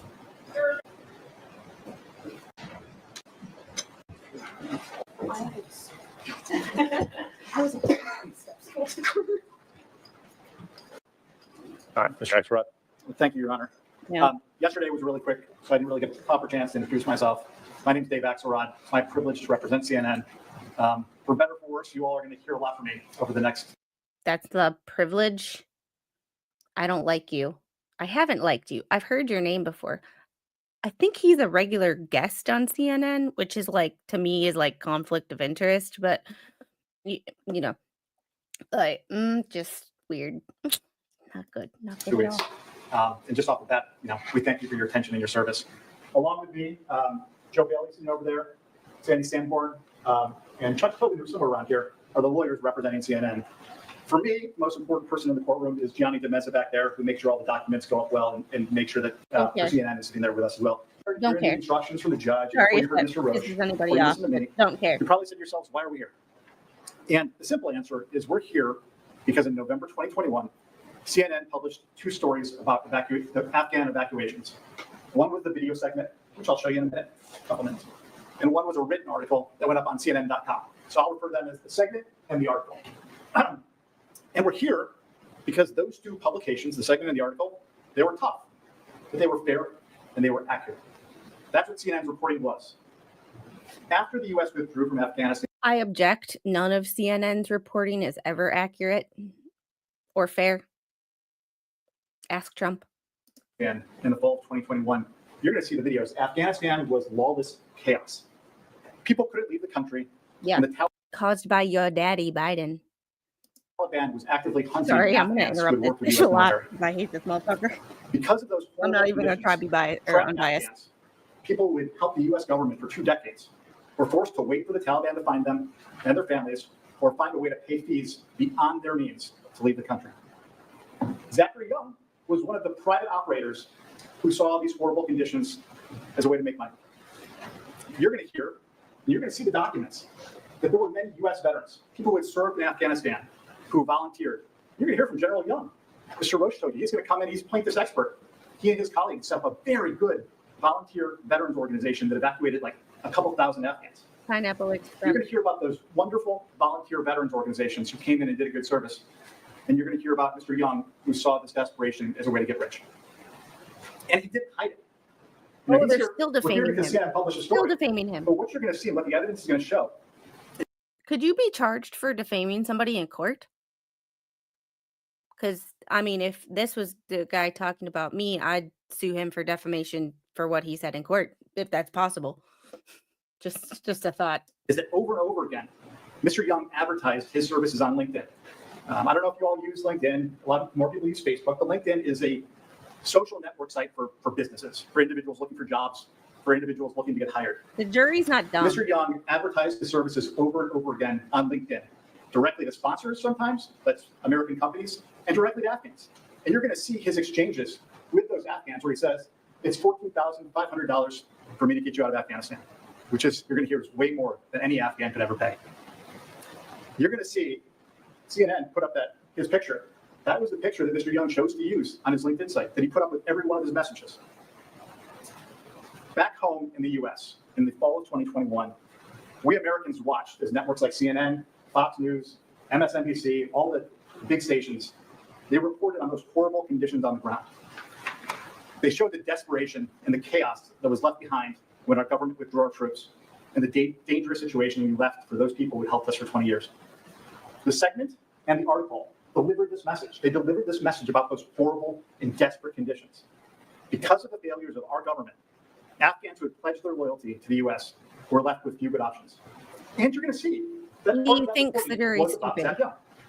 His advertisement. I'm sorry if this was like I immediately I would think that CNN thinks I'm dumb. I would immediately, that would be my first, but I'm also a snarky bitch who really doesn't like when people think I'm stupid and people treat me like I'm stupid. It's when people it's like when people try to tell me about a courtroom and I'm like, what do you think I do for a living now? I stream trials and I read court documents. So please explain to me why I don't know what I'm talking about. But I get really offended by people who treat me like I'm stupid. So that if anybody on the jury has the same personality as me, well, God help them for one. But I don't like the implication that I'm stupid. So the fact that everybody knows what LinkedIn is. You might not use LinkedIn, but you've heard of it. Even my grandfather, before he died, heard of LinkedIn. He was 91. And the people like him who saw this as nothing more than a way to make money. Every word you're going to see in CNN's reporting was true. Every word was accurate. And CNN's reporting was tough. But it was tough, and it was fair, and it was accurate. And that's what the evidence is going to show in this case. Are Now, you Delulu? since I was a younger man, when I had a lot less gray hair, it's caused by trials and kids, I was a federal prosecutor, and I prosecuted white-collar fraud. Trials, I learned, were the best way to get to the truth. A lot of people say, oh, jurors come in, they don't know anything, they can't be trusted. Completely disagree. Well, you just called them You all stupid. have the power of using your common sense, your combined wisdom, your combined life experiences to look at all the evidence and get to the truth of the matter. And that's what you're going to be asked to do in this case. We trust you to do it. They trust you to do it. It's the best system in the world. But the evidence is what's really important. Now, Mr. Roche just told you a story. And that's all it was. It was a good story. That's all it was a story. I would never be I'm on gonna tell this you a story. story because I'm a Navy As vet good as who it hates might not be. CNN. But I see my your opinion point. is just a story too. Because opening statements, those are statements by lawyers, are not evidence. Nothing Mr. Roche said is evidence. Nothing I'm about to say is evidence. Rather, they're just competing views of what we think the evidence will show. And good lawyers, like Mr. Roche, they can tell you a story that isn't necessarily going to line up with evidence. And I'm just going to give you one example, but you're going to see a lot more as you go through this trial. Now, Mr. Roche said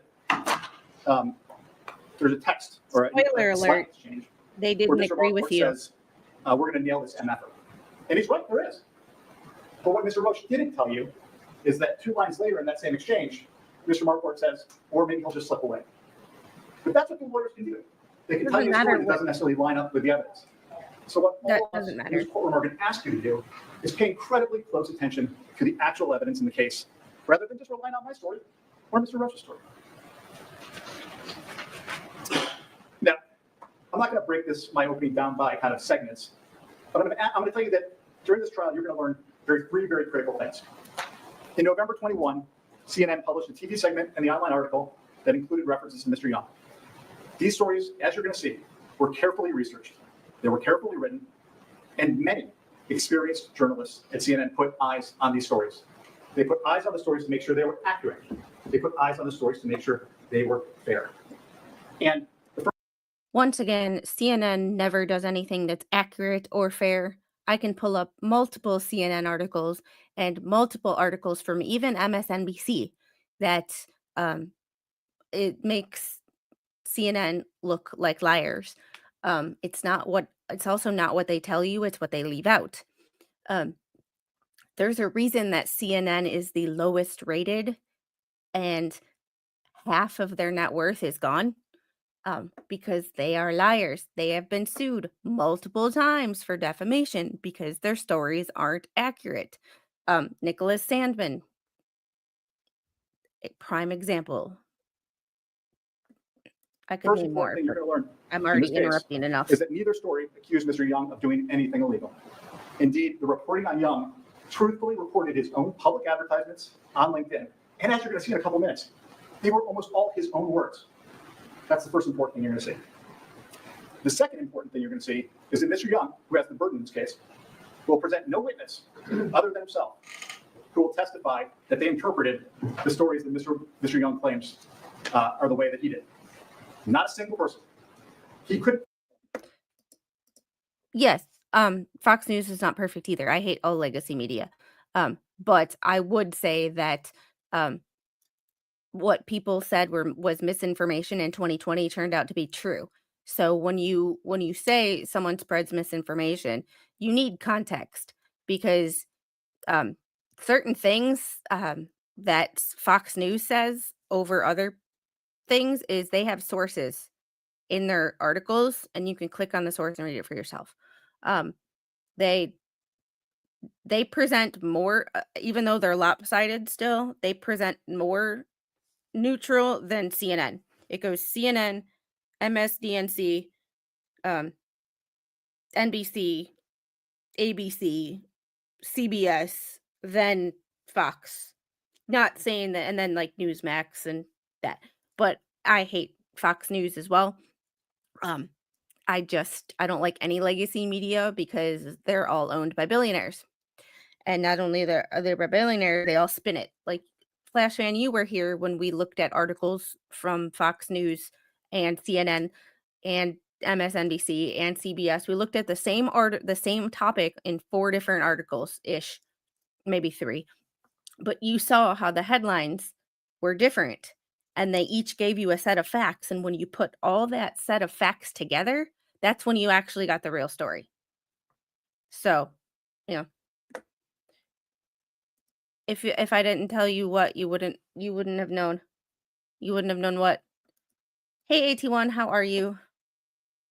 They get away with doing it because let's put it this way, like the culture war, the left started that shit like 20 years ago.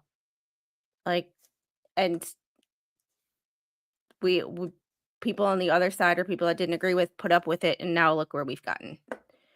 Oh yeah, CNN, Nicholas Sandmann sued CNN for defamation, and he was that teenager that was in Washington for the March for Life, and they yeah, even Law and Crime and Court TV spin, and that's why I like to show the whole thing. And when I read a document, even though it's all boring, some of it's boring, I read the whole thing because that way you get the whole thing. You don't get shit cherry picked based on what I think is important. You get the whole thing. The only thing I will have to cherry pick is the documents that I choose from the FAA lawsuit because there's 208 of them and I can't afford all of them. So I'm going to have to cherry pick documents that I think are important because that's a couple $100 worth of documents that I can't afford. Also, since I can't stand this dude talking, thank you. Hold on. Now, thank you, Deborah, for the $20 Cash App. This is for Boo Boo, such a cutie. And then thank you to Palmer's for the $10 super chat. Little Baby Squid's Nanny Fund. Appreciate you. So we will get back to this because the sooner this guy is over, the sooner I'm better. Can I put him on 1.35 speed so we can get through him faster? Because he is insufferable, in my opinion. I'm not even going to hide my bias in this trial. I'm not even going to try. You won't bring one single person who says, I watched the segment, I read the article, I saw it the same way as Mr. Young. Not a single one. Third, Mr. Young, whose burden it is, will present no witness who will testify about Mr. Young's. Remember when the news actually used to be the news and just report the facts and let You won't the have any people witness decide? who will testify that they Now thought less they of Mr. present you Young with the or facts will that they hire him think are important. because of the CNN and stories. Not a single one. That's And not you always heard Mr. what Roche the truth talk is. about Mr. Young's background, all his service, all these skills. The fact that plaintiff can't bring one witness to testify that they thought less of him or that they wouldn't hire him tells you all you need to know about his case. It's just not there. Those three things, that's the case in a nutshell. And maybe I should sit down, but I'm going to go a little bit further. You should So sit down. put a little more meat on the bones of what you're going to say. In 2021, the Biden administration withdrew troops from Afghanistan. It was a disaster, and the Taliban took immediate control. And maybe one area where CNN and Mr. Young agreed is that the conditions on the ground in Afghanistan were abhorrent. The Taliban is a repressive terrorist organization. It persecutes minority groups like Christians. It doesn't allow women basic freedoms. And third, it vowed to punish any Afghan who would work for the U.S. government. So as the U.S. pulled out, you'll see the videos, desperate Afghans fled to the airport. And you may have seen the video. They're like clinging on cargo planes. It's one of the most sad and horrifying images you can see. And then there was a suicide bombing at the airport. And 13 American service members lost their life, and 170 Afghans were killed. And that is the desperation that CNN did. That's what you voted for. But in the wake, so America leaves Afghanistan in that period. And in the wake of leaving Afghanistan, thousands of Afghans were trapped. And these three groups, women, minorities, U.S. loyal people, they faced assaults, they faced imprisonments, they faced death or worse because they dared to help the United States or because they were women who enjoyed basic freedoms for the last 20 years. So as I said, nonprofits and veterans groups started organizing volunteer campaigns immediately. And these noble people donated their time, worked their contacts, raised money from Americans in the United States, and charged those Afghans nothing for that. Shut up. CNN covered the Afghanistan withdrawal extensively. No, you In the covered lead up to your US side withdrawal of from it. Afghanistan and the months that followed, CNN covered the dire situation on the ground. CNN reported on the policy failures by the Biden administration, both before and after the withdrawal. Can you prove that? Because all I saw was people kissing his ass, saying that it was Trump's fault.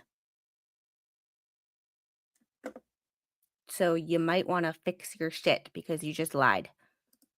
CNN reported on the brutal conditions Oh my imposed by the God. Taliban after the withdrawal.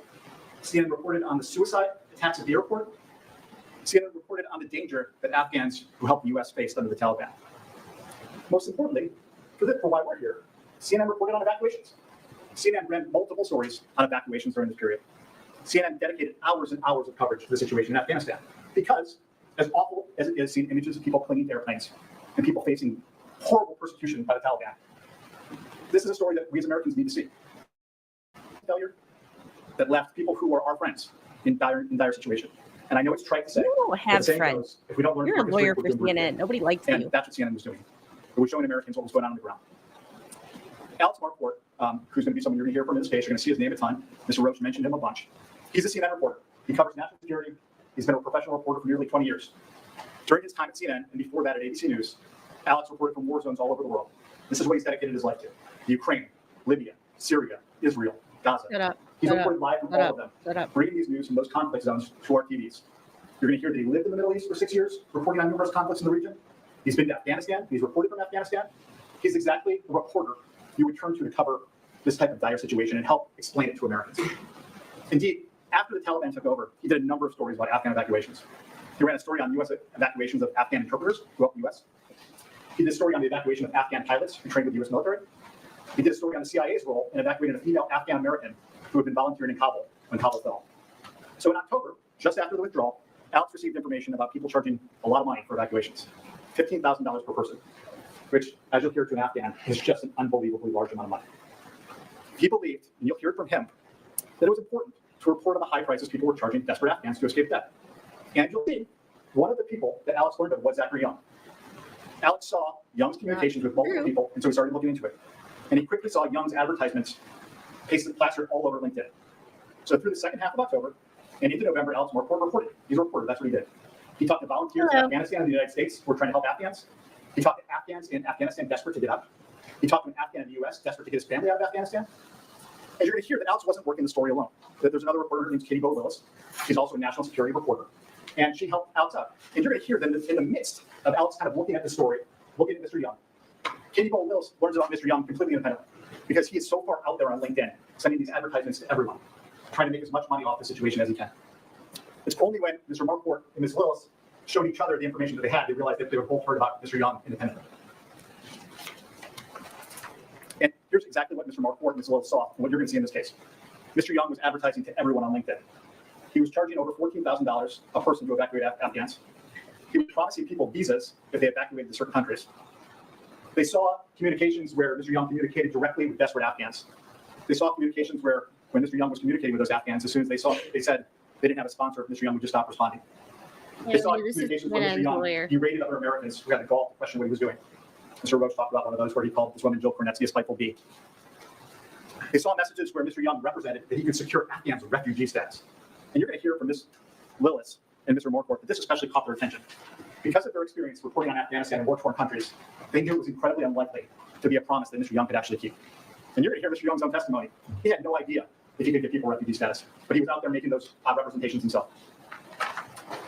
Now, Mr. Roach talked about some of the internal communications at CNN, where Mr. Marquardt and others made callous observations about Mr. Young. You're going to see that those weren't made in a vacuum. They were made when the CNN reporters saw how Mr. Young callously replied to a question about his prices. That Afghan can't pay his prices, they should run for the border and see how far they get. And let's put that comment in context. You have desperate Afghans who are being persecuted. And when Mr. Young was questioned about his pricing, he told this person, have them suddenly run for the now border and see you how far want they to use get. context. That's one of the comments that Mr. Marquardt and Ms. When Willis it were goes responding to. against your Another one was where Mr. Young cussed out that volunteer, Jill Kornetsky, told her to F off, and then called her a spiteful bee because she had the gall to question his pricing. You're going to see this communication between Mr. Marquardt and Ms. Willis. We're not hiding from them. But you're going to see as those two reporters learned more and more about Mr. Young, and they saw the seemingly impossible promises that he was making on LinkedIn, they expressed their disdain for him. And you're going to hear directly from them why they said those things. You're going to hear that from their perspective as reporters who have worked in war zones and seen true human despair, that Mr. Young's comments were completely offensive. Now, over the week, apparently the jury didn't see it the same Mr. way you Marquardt did. and Ms. Willis communicated with Mr. Young multiple times. They wanted to hear from Young. You're going to see that. They were trying to gather as much information for their story as they could possibly. You're going to see a very extensive back and forth on November 3rd of 2021, 8 days before the stories aired, between Ms. Willis and Mr. Young. They had a long back and forth where Katie Bo-Willis repeatedly asked Mr. Young to jump on the phone and talk to her. Mr. Young declined, but he kept texting back and forth. And you're going to see that Mr. Marquardt called Mr. Young on November 3rd, but he didn't answer. You're going to see that Mr. Marquardt texted Mr. Young on November 10th, but he didn't respond. And you're going to see that on November 11th, Mr. Marquardt reached out to Young, and he again didn't want to answer questions about his pricing. Mr. Young had no obligation to talk to CNN, but as you'll see, there could be no dispute. And we're going to go through it carefully. The CNN didn't try to learn as much as possible from Mr. Young as they could. And so I want to kind of talk about two things that Mr. Roche talked about. First, he said that until November 11th, right before the story happened, Mr. Young had no idea that CNN was working on a story about him. Yep. This could not be less true. You're going to see the back and forth between Ms. Lillis and Mr. Young on November 3rd, 8 days before the story, where Mr. Young threatens to sue CNN because he says, I already know what the story's about. The other fallacy that Mr. Roche talked about is this idea that Mr. Young didn't have enough time to respond. You're going to hear Mr. Young admit when he takes the stand that he actually didn't need more time to respond to the questions that Mr. Marquardt asked him. They're all very simple questions. And you're going to hear Mr. Young say, oh yeah, I could have answered that question in a second. I could have answered that question in a second. Pissed. Look at his face. You're going to see, and the evidence is going to show, that over the course of 8 days before the publication, He looks it became angry. very clear to CNN that Mr. Young was going to give limited, false information to CNN, and that at the end, he was just trying to stonewall the story. So after about 2 to 3 weeks of reporting, Mr. Marquardt drafted the segment for a show on CNN called The Lead with Jake Tapper. Over a period of days, Mr. Marquardt wrote and produced this 4-minute segment. The story, and I'm going to show it to you in a second, because this is a defamation case, and defamation cases are about the publications. The story, as you'll see, focused on the terrible situation on the ground for Afghans looking to flee. As part of the story, Mr. Marquardt interviewed 2 Afghan men, who talked about their efforts to flee and to help family members get out. One Afghan, located in California, we'll hear from him in a second, told Alex he was desperate to get his family out. They were being targeted by the Taliban because his mother was a doctor who helped our service members. And now this man turned to someone on Facebook, not Mr. Young, who he heard was evacuating people. And when he begged for that man's help, he was told it would cost $10,000 a person to get his family of 10 out of Afghanistan, which was, of course, more money than you could possibly find. That wasn't about Mr. Young. You're going to hear that. Mr. Marquardt then interviewed another Afghan who worked as a contractor with the U.S. and who was still in Afghanistan. And that man spoke about how he met with someone in Afghanistan who wanted $50,000 to get his family on a flight list. That was also not about Mr. Young. The 3rd minute of this 4-minute TV segment focuses on Mr. Young. And the story says that Mr. Young is charging $14,000 a person on LinkedIn, and it shows his LinkedIn posts where he advertises his services. And then the story ends, and you see it, with Mr. Young saying that he only expects payments from sponsors. Those were the words that he gave Katie Willis. And CNN.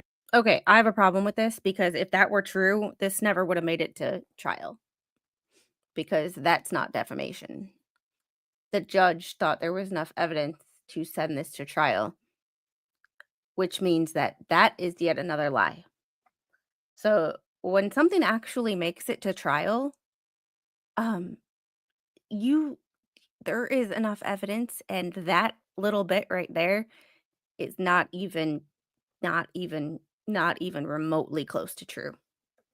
Just remember that when something makes it, especially a civil case, makes it to trial, it has, you see all the hoops we have to go through with what the hails and the back and forth and the back and forth and the back and forth. And we're still 8 months from trial, 6 months from trial. Like you have to think of like all the hoops that shit has to go through to even make it to trial. So that phrase, then it wasn't even about him. It was like that they didn't, and then it was over. That's far from true. Any idiot can figure that out. And included his words in the story. He can say whatever he wants. Most importantly, what you're going to see about the segment is it never says Mr. Young's But doing anything criminal. apparently they don't It spin never it very well. implies Mr. Young's doing anything criminal. The story says that Mr. Young is charging a lot of money to get people out of Afghanistan, and it uses his own words, only his own words, to explain that. Everything in the story, we're going to walk through it in a minute. Everything the story reports about Mr. Young came directly from his posts on LinkedIn, or things he said directly to people on LinkedIn, or things he said directly to CNN. His own words. Now, I'm going to put up the segment for you. GQ, cue it up. TX 111. This is a defamation case, and you may ask why plaintiffs didn't show you the segment in their presentation. They had an hour to make a presentation. They went about 40 minutes. They chose not to show it to you.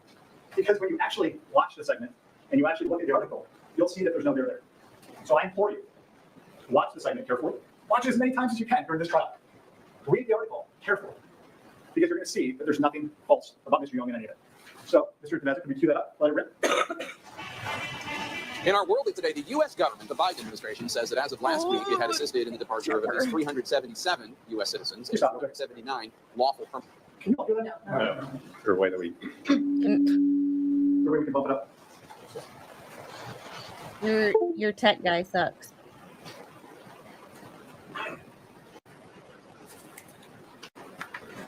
I'm sorry, the sound in the video itself is a little funky, so we're just trying to work through it.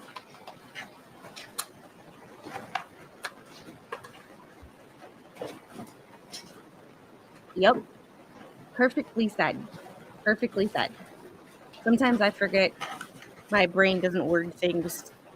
My brain and my mouth don't connect In our like world that. today, the U.S. government provided. Is that a little bit better? It's about the same. God, you're But for some reason, we can't get it loud right now. So I'm going to try to be really quiet. Hopefully, you all can do your best. In our world today, the U.S. government, the Biden administration, says that as of last week, it had assisted in the departure of at least 377 U.S. citizens and 279 lawful permanent residents of the U.S. from Afghanistan since August 31st. Still, many Afghans who desperately want to flee Taliban rule, and Afghans who say their lives are at stake, they remain behind. As CNN's Alex Marquardt has discovered, Afghans trying to get out of the country face a black market full of promises, demands of exorbitant fees, and no guarantee of safety or success. Stop right there. So that is the first 40 seconds of the video. As you can see, it's a discussion of the U.S. evacuating Americans and a lack of options for Afghans who want to leave. And you'll see that this thing at the bottom is called the banner. We'll refer to that for this trial. You'll see that the banner says Afghans trying to flee Taliban face black markets, exorbitant fees, etc. As you can see in the first 40 seconds of this video, nothing about Mr. Young. doesn't matter. It These only are the takes heavy 5 steps of a young seconds man to trying to defame save his somebody. family. He's just 26 years old and lives in California. We can't show his face for the safety of his family in Afghanistan. I'm desperate. The danger is imminent. Since the chaotic international withdrawal from Afghanistan, his parents, siblings, and wife have been in hiding from the Taliban, who in the past, the young man says, have violently beaten his father, a doctor, and been angry with his mother, a women's rights activist who works for the U.S.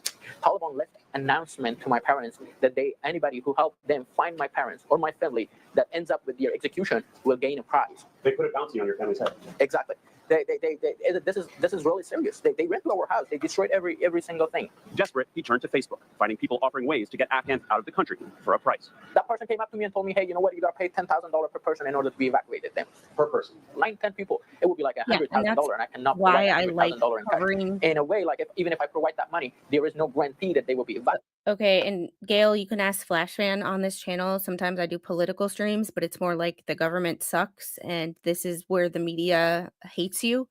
Ask Flashman how many times I've showed things, and he's like, I didn't know that was real, or I didn't know that was happening, or that's not what I heard. Like it has happened all the time, and that's what I aim to do with this channel ultimately is, yes, be entertaining, but educate people on the shit that actually happens in this world. And like, we all live in our nice little safe cozy bubbles, but shit is real. Don't feel stupid, because this is what the media does, and this is why I hate the media, because they spin shit. Every legacy media, they spin shit. They don't present the facts what it used to be back in Walter Cronkite's days, presenting the facts and letting you interpret the facts how you want to interpret them. Now it is, we give you the facts that we want you to know. So that's why when you take an article, search it on 3 or 4 different outlets, and then see what facts this outlet gives you, see what facts this outlet gives you, see what facts this outlet gives you, and then put them together, and you'll get the bigger picture. Versus if we only stay in our little echo chamber, like the Fox people only listen to Fox, the CNN people only listen to CNN.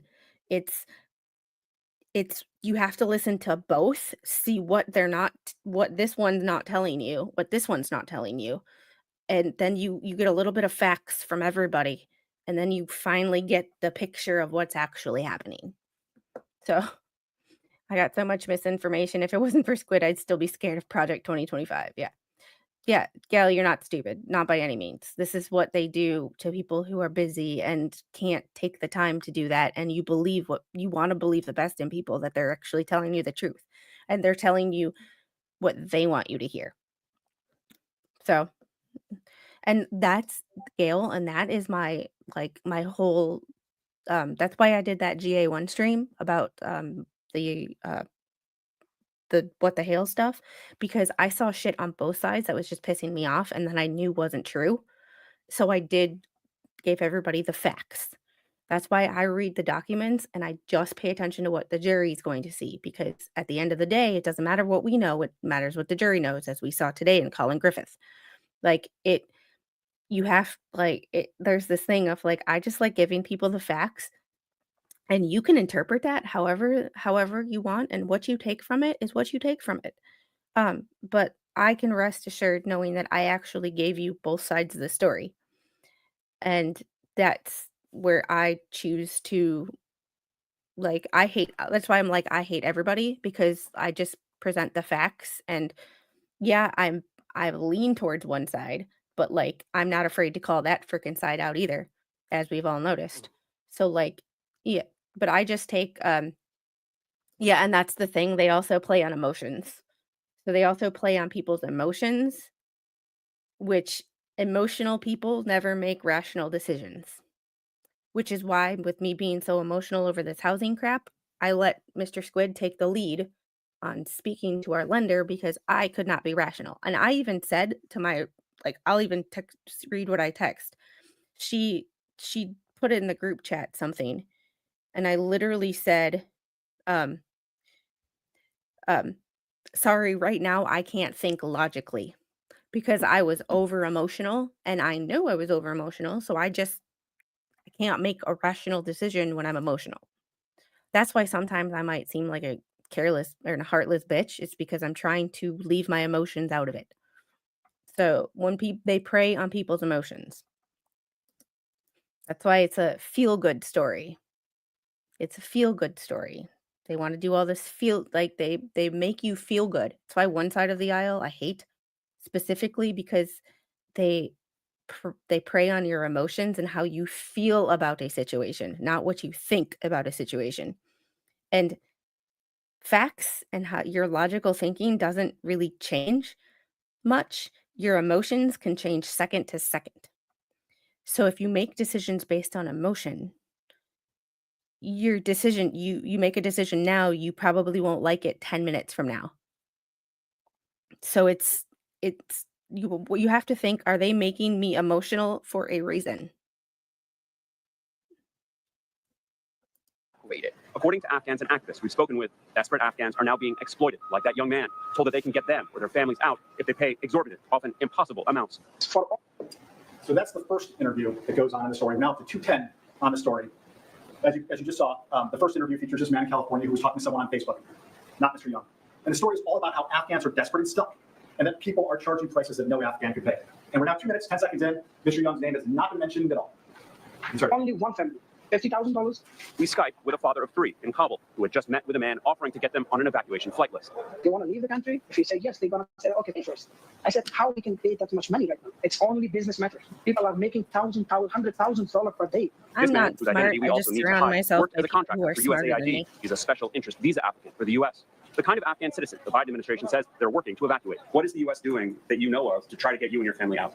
Unfortunately, they are not doing now anything. Up to 31st, they said everything is closed and it's finished. We did not receive anything back from the U.S. Embassy or from any other organization. We are now 3 minutes and 2 seconds in the story. We've now interviewed a second Afghan person. That guy is in Afghanistan.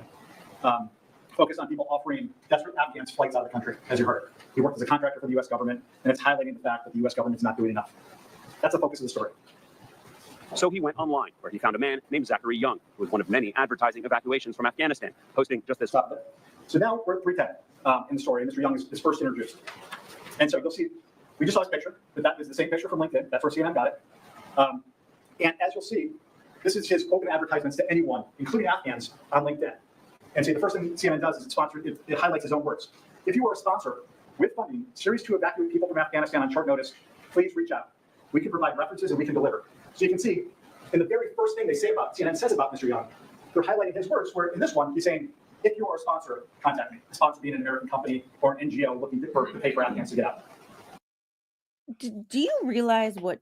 Okay, he just argued against his own point. We're in openings and he's already making a fool of himself, in my opinion. They said he was running ads for sponsor, like he was running ads like if you want to get out. They implied that he was running ads to get people out and charging. He said if you're a sponsor with funding, meaning if you're a company who has the funding to help these people get out, not if you're an Afghan with funding. Like that's an important distinction that like, did you hear that at the beginning of his opening statement where he implied that like his LinkedIn posts were like he was running sponsored ads? It's like, no, he's literally like, I would do this. If I didn't have the funding to get people out, I would ask for sponsorship. It's no different than asking or getting a GoFundMe or a Give Send Go. Like, you're literally asking people for money to help people who don't have money. Like, his logic right now is just off the charts with stupid. Mr. Messer. We can deliver. So One LinkedIn user. So again, Yeah, we go to the right? next part of Mr. Young. I don't rewind There's and play in full again. But the next thing that's highlighted about Mr. Young, again, his own words. And And I'm sorry, why are this was a they conversation. presenting evidence in opening statements? That's not what this is for. They're presenting evidence in opening statements. Like the plaintiff did it too, but like this is for your rebuttal case. This is not an opening statement to prove how much you fucked up. Conversation Mr. Young had with someone before he deleted it. You're going to hear about that in a second. And so this is the conversation. Yes, what are you charging and where does this get her? Mr. Young responds, $75,000 for one vehicle, 5 to 6 passengers, Kabul to Peshawar, can also facilitate passports and visits and transit to Dushanbe, but again, it costs money. Again, these are his own words. This was somebody asking him, what are you charging? And these are the prices that he is giving, $75,000 for a vehicle for a ride. Mr. Renzo, can start again? Posted messages with Young, Actually, where go Young back said a couple seconds. Go back like 10 seconds.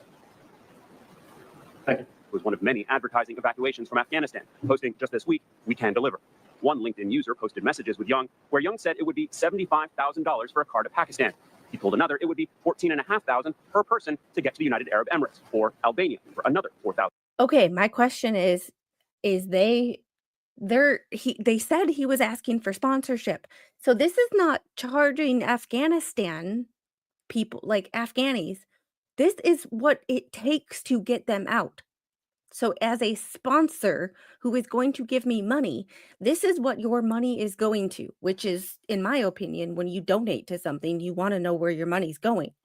So if I'm going to sponsor people to get out of Afghanistan, I want to know how much the logic he is trying to spin this right now. I'd be like, see, look at that.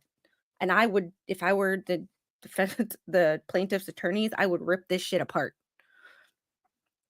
Like, I just, God damn, the stupidity of people in this country, and the fact that he probably charges $1,300 to $1,500 an hour for his services, and he is this fucking stupid.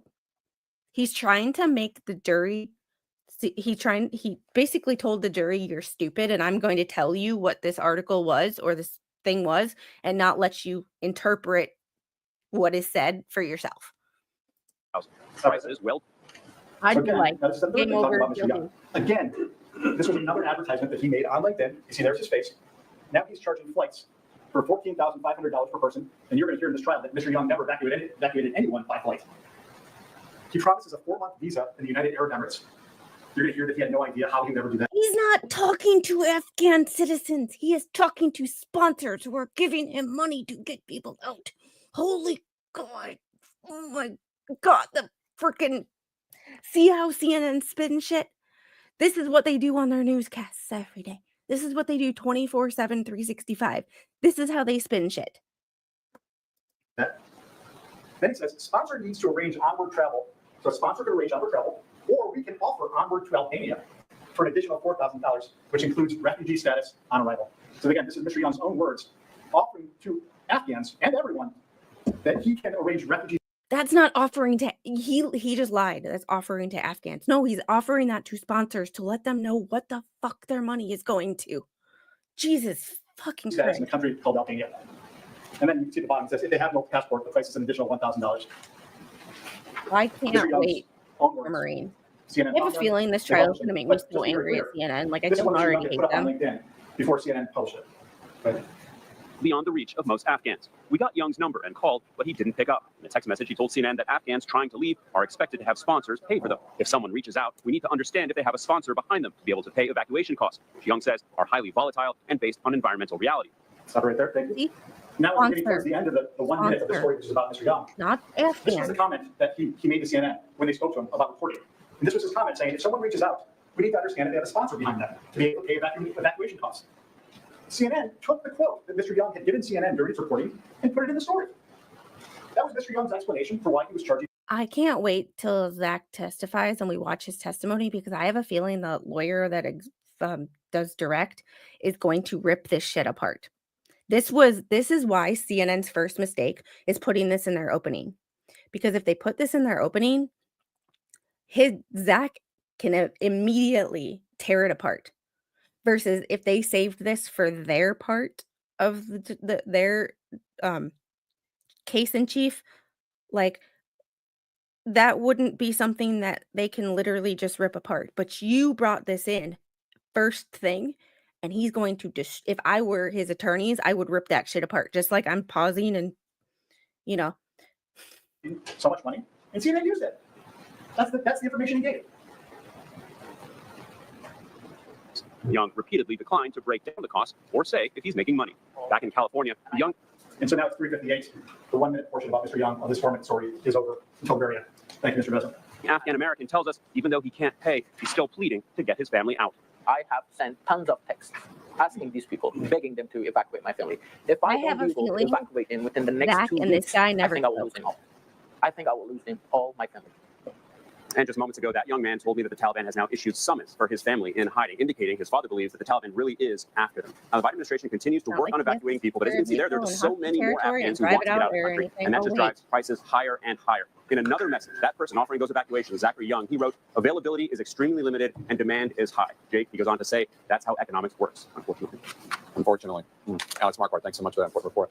Coming up, Xi Jinping's power play, the new And so move from that is the entire segment, why we're here, first half of why we're here. And as you can see, when the story ends, again, CNN uses Mr. Young's own words. Things he was fine with saying. That's how economics works, unfortunately. Now, the evidence is going to show that after Mr. Marquardt wrote that script for the segment that the lead played, it went through CNN's extensive vetting process. And in this review process, commonly referred to as the triad, senior experienced editors with no prior involvement in the case independently review the script to ensure that it's fit for publication. And they use independent people because they want to make sure that we're testing it out, right? We're making sure that it's accurate. We're making sure that it's fair.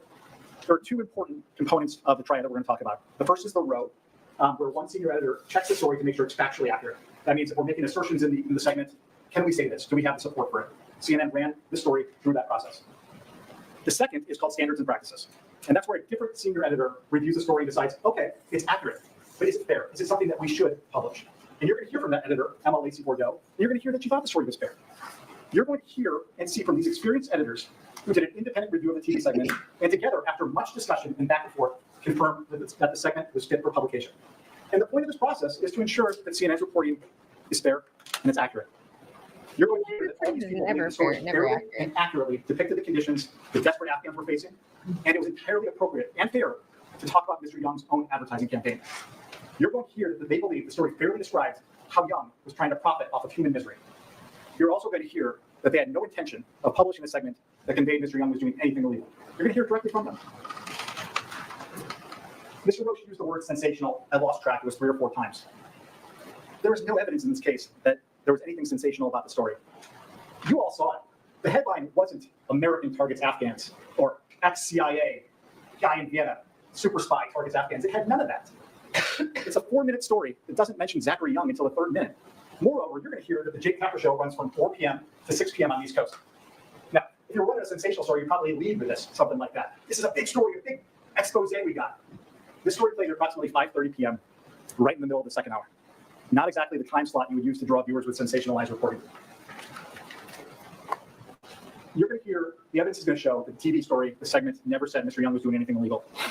Mr. Young contends that using the phrase black market in the banner implied he was. You're going to hear from Mr. Young.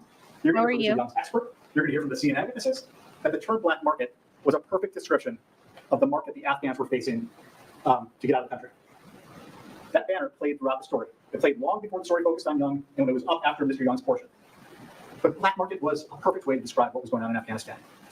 You're going to hear from Zachary Young himself that after the brutal Taliban captured the country, women couldn't move around. If you wanted to get a woman out of the country, like Mr. Young was doing, you had to use safe houses. You had to use covert moves. You're going to hear Mr. Young testify that he was so concerned about security with people on the ground that he deleted his messages. Now, if this were a situation where a woman who wanted to get out of Afghanistan because it was brutal could simply go to the airport, get on her phone, use Expedia, there would be no reason for Mr. Young to have a job. There would be no black market. But the black market in this case was created because the Taliban wasn't letting people leave, and people were actually threatened with harm, death, or even worse if they stayed.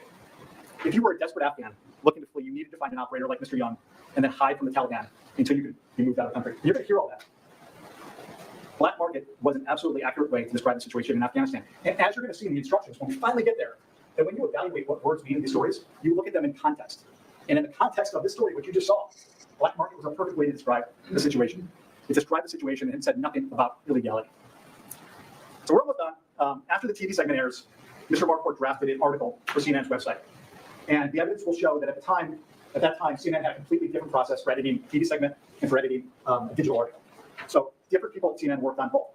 So on the afternoon of November 11th, Mr. Marquardt sends his draft article off to a digital editor, someone who hadn't been involved. His name is Mr. Tom Lumley. Mr. Roche talked about it, with the hopes that the story could be published the same day. The written story could be published at the same time as the TV segment. And you're going to hear from Mr. Lumley very frankly that he thought the TV segment was good, but the written article needed more work. And he was very frank about it. He didn't like it. He didn't like the written story that Mr. Marquardt had crafted. And so you're going to see that over the next few days, from November 11th to November 13th, Mr. Lumley revised the article. He revised it pretty substantially. And he sent it through the triad process again to make sure that it was fit for production, fit for publication. And only when that team and that triad independently reviewed and approved it again was it published on November 13th, 2 days later. And now you heard Mr. Young's lawyer, you heard Mr. Roche talk about Mr. Lumley's complaints about the story. And you're going to see that he said the story is filled with holes like Swiss cheese, and he didn't like it, and it was half the story. And Mr. Lumley thought there was more of a story to tell. That's his main complaint. You're going to hear that from him. But you're also going to hear Mr. Lumley say that he thought the story was accurate as it related to Mr. Young. His daddy. We're not hiding from Mr. Lumley. Mr. Lumley's comments about the story, the written story, and that it needed work, are direct evidence that CNN employed a rigorous process. That editors at CNN had free rein to speak up and say, hey, let's slow down, hold on, before we publish. They have free rein to do it, but they don't give a shit. We know this. The jury knows this. Everybody fucking knows this. Like, CNN doesn't give a shit. That is why they hired a new CEO to try to change things and make things more fair. It hasn't worked. However, there is a reason that they had to change their management. There is a reason. Because they fucking do shit like this all the time. And finally, there are some people calling them out on the bullshit. Gail, he just keeps going. He just keeps going. Yes, these are opening statements. This is at 1.5. It shows CNN's editors work the rubber stamp. They were carefully considering the work product and speaking up where they believe they needed to. So let's look at the article now, which is the second piece of this case. This is not your opening statement, dumb fuck. This is the article. And you can just see the headline first. Some Afghan. Okay, for such a high-paid lawyer, one, this is not opening statement material. And two, you're presenting this right before the plaintiff testifies. The dumbest fucking shit in trial strategy that I think I've ever seen in my life. Like, I'm sorry, I'm not a lawyer, and I even know that you presented this. So his lawyer is going to ask him questions specifically about what you already showed the jury. You're making their job super fucking easy. I mean, I'm not a fucking lawyer, and even I could do that. And trying to flee country face exorbitant costs as Blinken touts Tell me success I'm wrong. of efforts to help Americans. Tell me I'm wrong. So right from the jump, again, This is the this dumbest does not trial look like a strategy sensational ever. headline. I mean, many people may be fans of Tony Blinken, the soon-to-be ex-Secretary of State, but wouldn't say this is a sensationalized headline. But as you can see, it's a slightly different focus from the segment because it's focusing on Blinken and the efforts to help Americans. And that's one of the So reasons that let's I'm look at the first page. showing Can it. you blow that up, Mr. Meza? Thank Not you. like a whole lot of people see it. So these are the first two paragraphs of the story that was ultimately published. Afghans desperate to flee the country are increasingly having to negotiate with private operators charging exorbitant sums, while U.S. Secretary of State Anthony Blinken announced on Friday that all Americans who have asked to leave Afghanistan have been offered an opportunity to do so. So that first paragraph, which in reporting is like, the first two paragraphs are the most important thing to tell the reader what the story is going to be about, is that this is about the government trying to get Americans out of Afghanistan. It goes on to say there are fewer than 100 American citizens in Afghanistan who are ready to leave, according to the State Department. And Blinken said Friday that there are a couple hundred more for now who want to stay. That's the first page. Let's go to the second page. Can you blow up the top half, Mr. Meza? Yeah, keep going down until above. There's no guarantee. Yeah, thank you. So this is the second page. But in addition to those Americans, there are countless Afghans, including thousands who worked for or aided the U.S. during the 20-year war or believe they're in danger of being targeted by the Taliban or frankly trying to leave. the increased sense of desperation and limited space on evacuation routes have fostered a private market with private operations demanding exorbitant sums, sometimes tens of thousands of dollars, to transport people outside the country by different means and routes with no guarantee of success. The operators include individuals and groups both inside and outside of Afghanistan, often contacted on social media. Then the next paragraph talks about a family of 10 hiding in Western Afghanistan. And then as you see, you go down, the 26-year-old who was in California turned to Facebook. So this is repeating the interview from the segment. And there's some of his quotes. So Mr. President, you can go back up to the full page. Now grab the bottom. It's getting worse now because it's becoming normalized and desperation has grown, says Hazami Barmada, a humanitarian aid worker who's organized flights out of Afghanistan. So now this is something new that's been added to the digital piece. And you're going to hear that telling a story on TV and doing digital reporting is slightly different. You have more room in an article to include content. And so now this is an interview with this, I'm going to butcher names, I apologize in advance. Hazami Barmada, who's a humanitarian aid worker. And that's what this is focusing on. But then you see at the bottom, in Kabul, a father is hiding with his wife and 3 young boys, changing locations every 2 weeks, and asking others to drop off his son at school so he's not seen. And so now we're going to go to the next page. But now this is referring to the second interview that was done in the TV segment. You go to the third page, Mr. Meza? If you can pull up the top. Yeah, thank you. All the way down to the, yeah, that's fine. All the way down to that's how economics work. Thank you. And so you start at the top. Again, looking at this second paragraph, last week he says he met with a man in Kabul who told him it would be $50,000 to get his family on a list for an evacuation flight. And he kind of talks about the process that he's going through. So that's the second interview. This is very much like the segment. Now down to the bottom, the very last paragraph before we get to the jump says, like the young Afghan American in California, the father tried multiple avenues. On LinkedIn, he spotted posts by Zachary Young, who repeatedly advertised evacuations to Afghanistan, promising this week, we can deliver. Young appears to have at least recently spent time in Austria, communicated on an Austrian number, and met someone in Vienna who CNN spoke with. So, as you can see, Mr. Young, much like the TV segment, is not mentioned until the third page of the article. He's not mentioned, you can count it up. He's not mentioned until 3 paragraphs into the story. Does not matter. The judge read what defamation was. It doesn't matter if it's on the 3rd page of an article, the 50th page in a book, or plastered all over the front page. It does not fucking matter. Sweet baby dumpster Jesus, please help us. I'm glad CNN is finally getting a dose of karma that they deserve.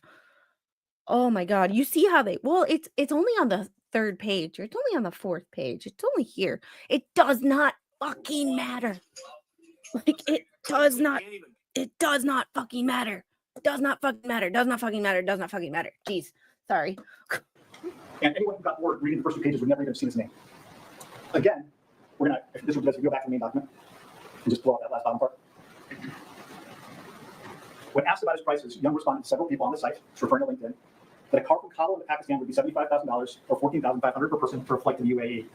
To get to Albania with refugee status, Young said would be $4,000 more. So again, this is now the reference to Young quoting his exact words that he made on LinkedIn. And then they say, Mr. Young says, per person is expensive because availability is extremely limited and demand is high. He told the person who shared his messages with CNN. That's how economics works, unfortunately. Again, these are Mr. Young's own words. We go to the 4th page, please. Can you blow that up? Oh, grab the top, please. Yeah, sorry. Yeah, very good. Go all the way down. Yeah. Young declined to speak on the phone, but sent a text message that he asked Afghans who want to leave to have sponsors to cover them. He's getting better. Reaches out, we need to understand that they have a sponsor behind them to be able to pay evacuation costs. So again, that was a statement that Mr. Young made to Katie Bogos about who he expects to pay. And he's saying, we expect sponsors to pay. And CNN included his own words that he had provided to CNN. And that's the article. And so, does not matter, does not matter, does the not segment was up on matter. November 11th. The article ran on November 13th. And for 5 months after this, November, December, January, February, until mid-March, no one, not Mr. Young, not anyone else, said to CNN, you got a problem with this story. It's defaming Mr. Young. Nothing. 5 months, in the middle of March, 5 months after the story ran, November, December, January, February, March, Mr. Young sends a notice to CNN saying, hey, black market defames me. Took him 5 months. And upon seeing that notice, CNN did a retraction. And it apologized directly to Mr. Young for using the term black market.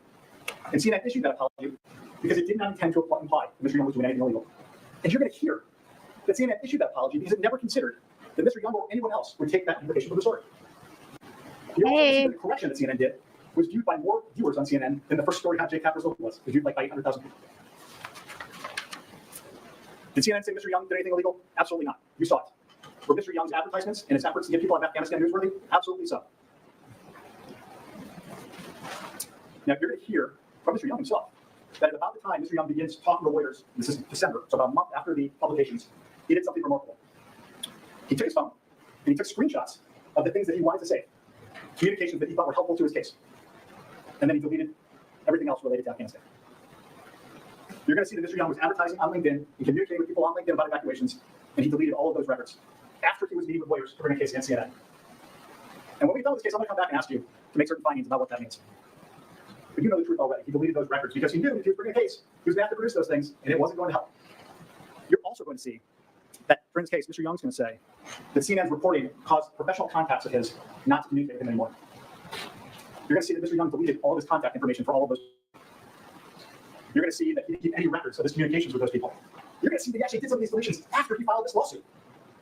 And this goes back to my point about him not bringing a single witness who's going to testify about his reputation or the fact that they thought less of him. He's not going to do that because there is no one. But he also made it impossible for CNN to actually go and find those people. He deleted those records because he didn't want you to see those communications because he knew it wouldn't help his case.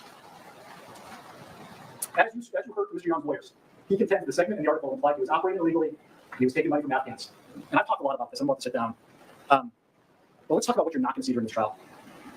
You heard Mr. Young's lawyer. He claimed that Mr. Young was this first-class professional. All this experience, deep professional context. Mr. Young is not going to call a single witness who will testify they interpreted the CNN segments the way he does. Mr. Young is not going to call a single witness who will testify that they thought less of Mr. Young because of the CNN segments. You're not going to see a single witness who will testify that they thought the story implied anything false about Mr. Young besides him.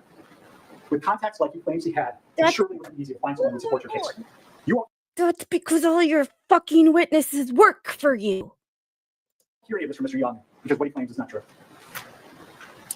So through this trial, you're going to hear and see the following things. You're going to see that the situation, as we both described in Afghanistan, was lawless, it was chaotic, and it was desperate. And you're going to see that CNN's reporting, as we just saw. Thank you for your 199 super chat. And I know I'm talking over him, but the CNN lawyers, I don't care. Who interpreted the CNN reporting the way Mr. Young claims. And you're not going to see a single witness who will testify that they thought less of Mr. Young or wouldn't hire him.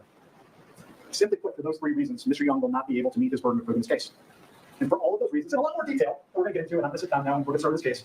For all of those reasons, at the end of this trial, once all the testimony is complete, once you've had a chance to actually look at the exhibits, hear the witnesses, hear what they thought, I'm going to come back and ask you to return the only verdict that is supported by the evidence, and that's that CNN is not liable for defaming Mr. Young. Thank you for your time. Thank you for your service. We all appreciate it. Thank you. Well, thank God that's over. If you want to call your first witness. Your Honor, All right, so we are at 3:04. 3 hours for freaking opening statements, and I am writing this in my calendar for next week, the timestamp. Otherwise, I feel like I have to go back and I have to look at my my last stream and remember where I left off. Like it becomes more work, or I have to keep the stream open or the video open, and sometimes the little gets to my computer when it's still unlocked and starts hitting buttons and shit goes away. Yeah, that was rough. Well, he was Navy, so I understand. All right, so I am going to call it a night because that makes you want to beat your head up against a wall, and that's why this one I could not have listened on regular speed because fucking CNN. Like, if there's a way to piss me off, it's put CNN on my TV. Like, I just can't. Like, I just can't.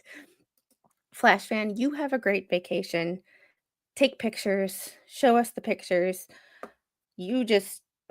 And the thing is don't think about YouTube. We will be here when you get back. Don't think about your Discord. We will all be here when you get back. You actually take a vacation, which means turn your device off. Don't go onto your Discord. We all know you're on vacation. We will be here when you get back. We all know you love us. We love you. You do you. Take some time away. Just every once in a while, just check in and let us know how much fun it is. All right. Gosh, don't do that to yourself. Right. 304 somewhere. Speed was great. Yeah. I'm I will go over to the other channel second band again. Love you, little squid. And Mr. Papa Squid. All right. Thanks, poor Marine. Thanks everybody for hanging out with me tonight. I appreciate it. It's been I did 4 streams today. So if tomorrow I am doing 1 and that is it. Unless something breaks, unless the judge puts out another order that I must read, because damn, I must read those. But anyway, y'all have a great night. I have you set to redirect over to the expert. Tell Puddletown he's a traitor. Just kidding. He's over there in chat. I checked.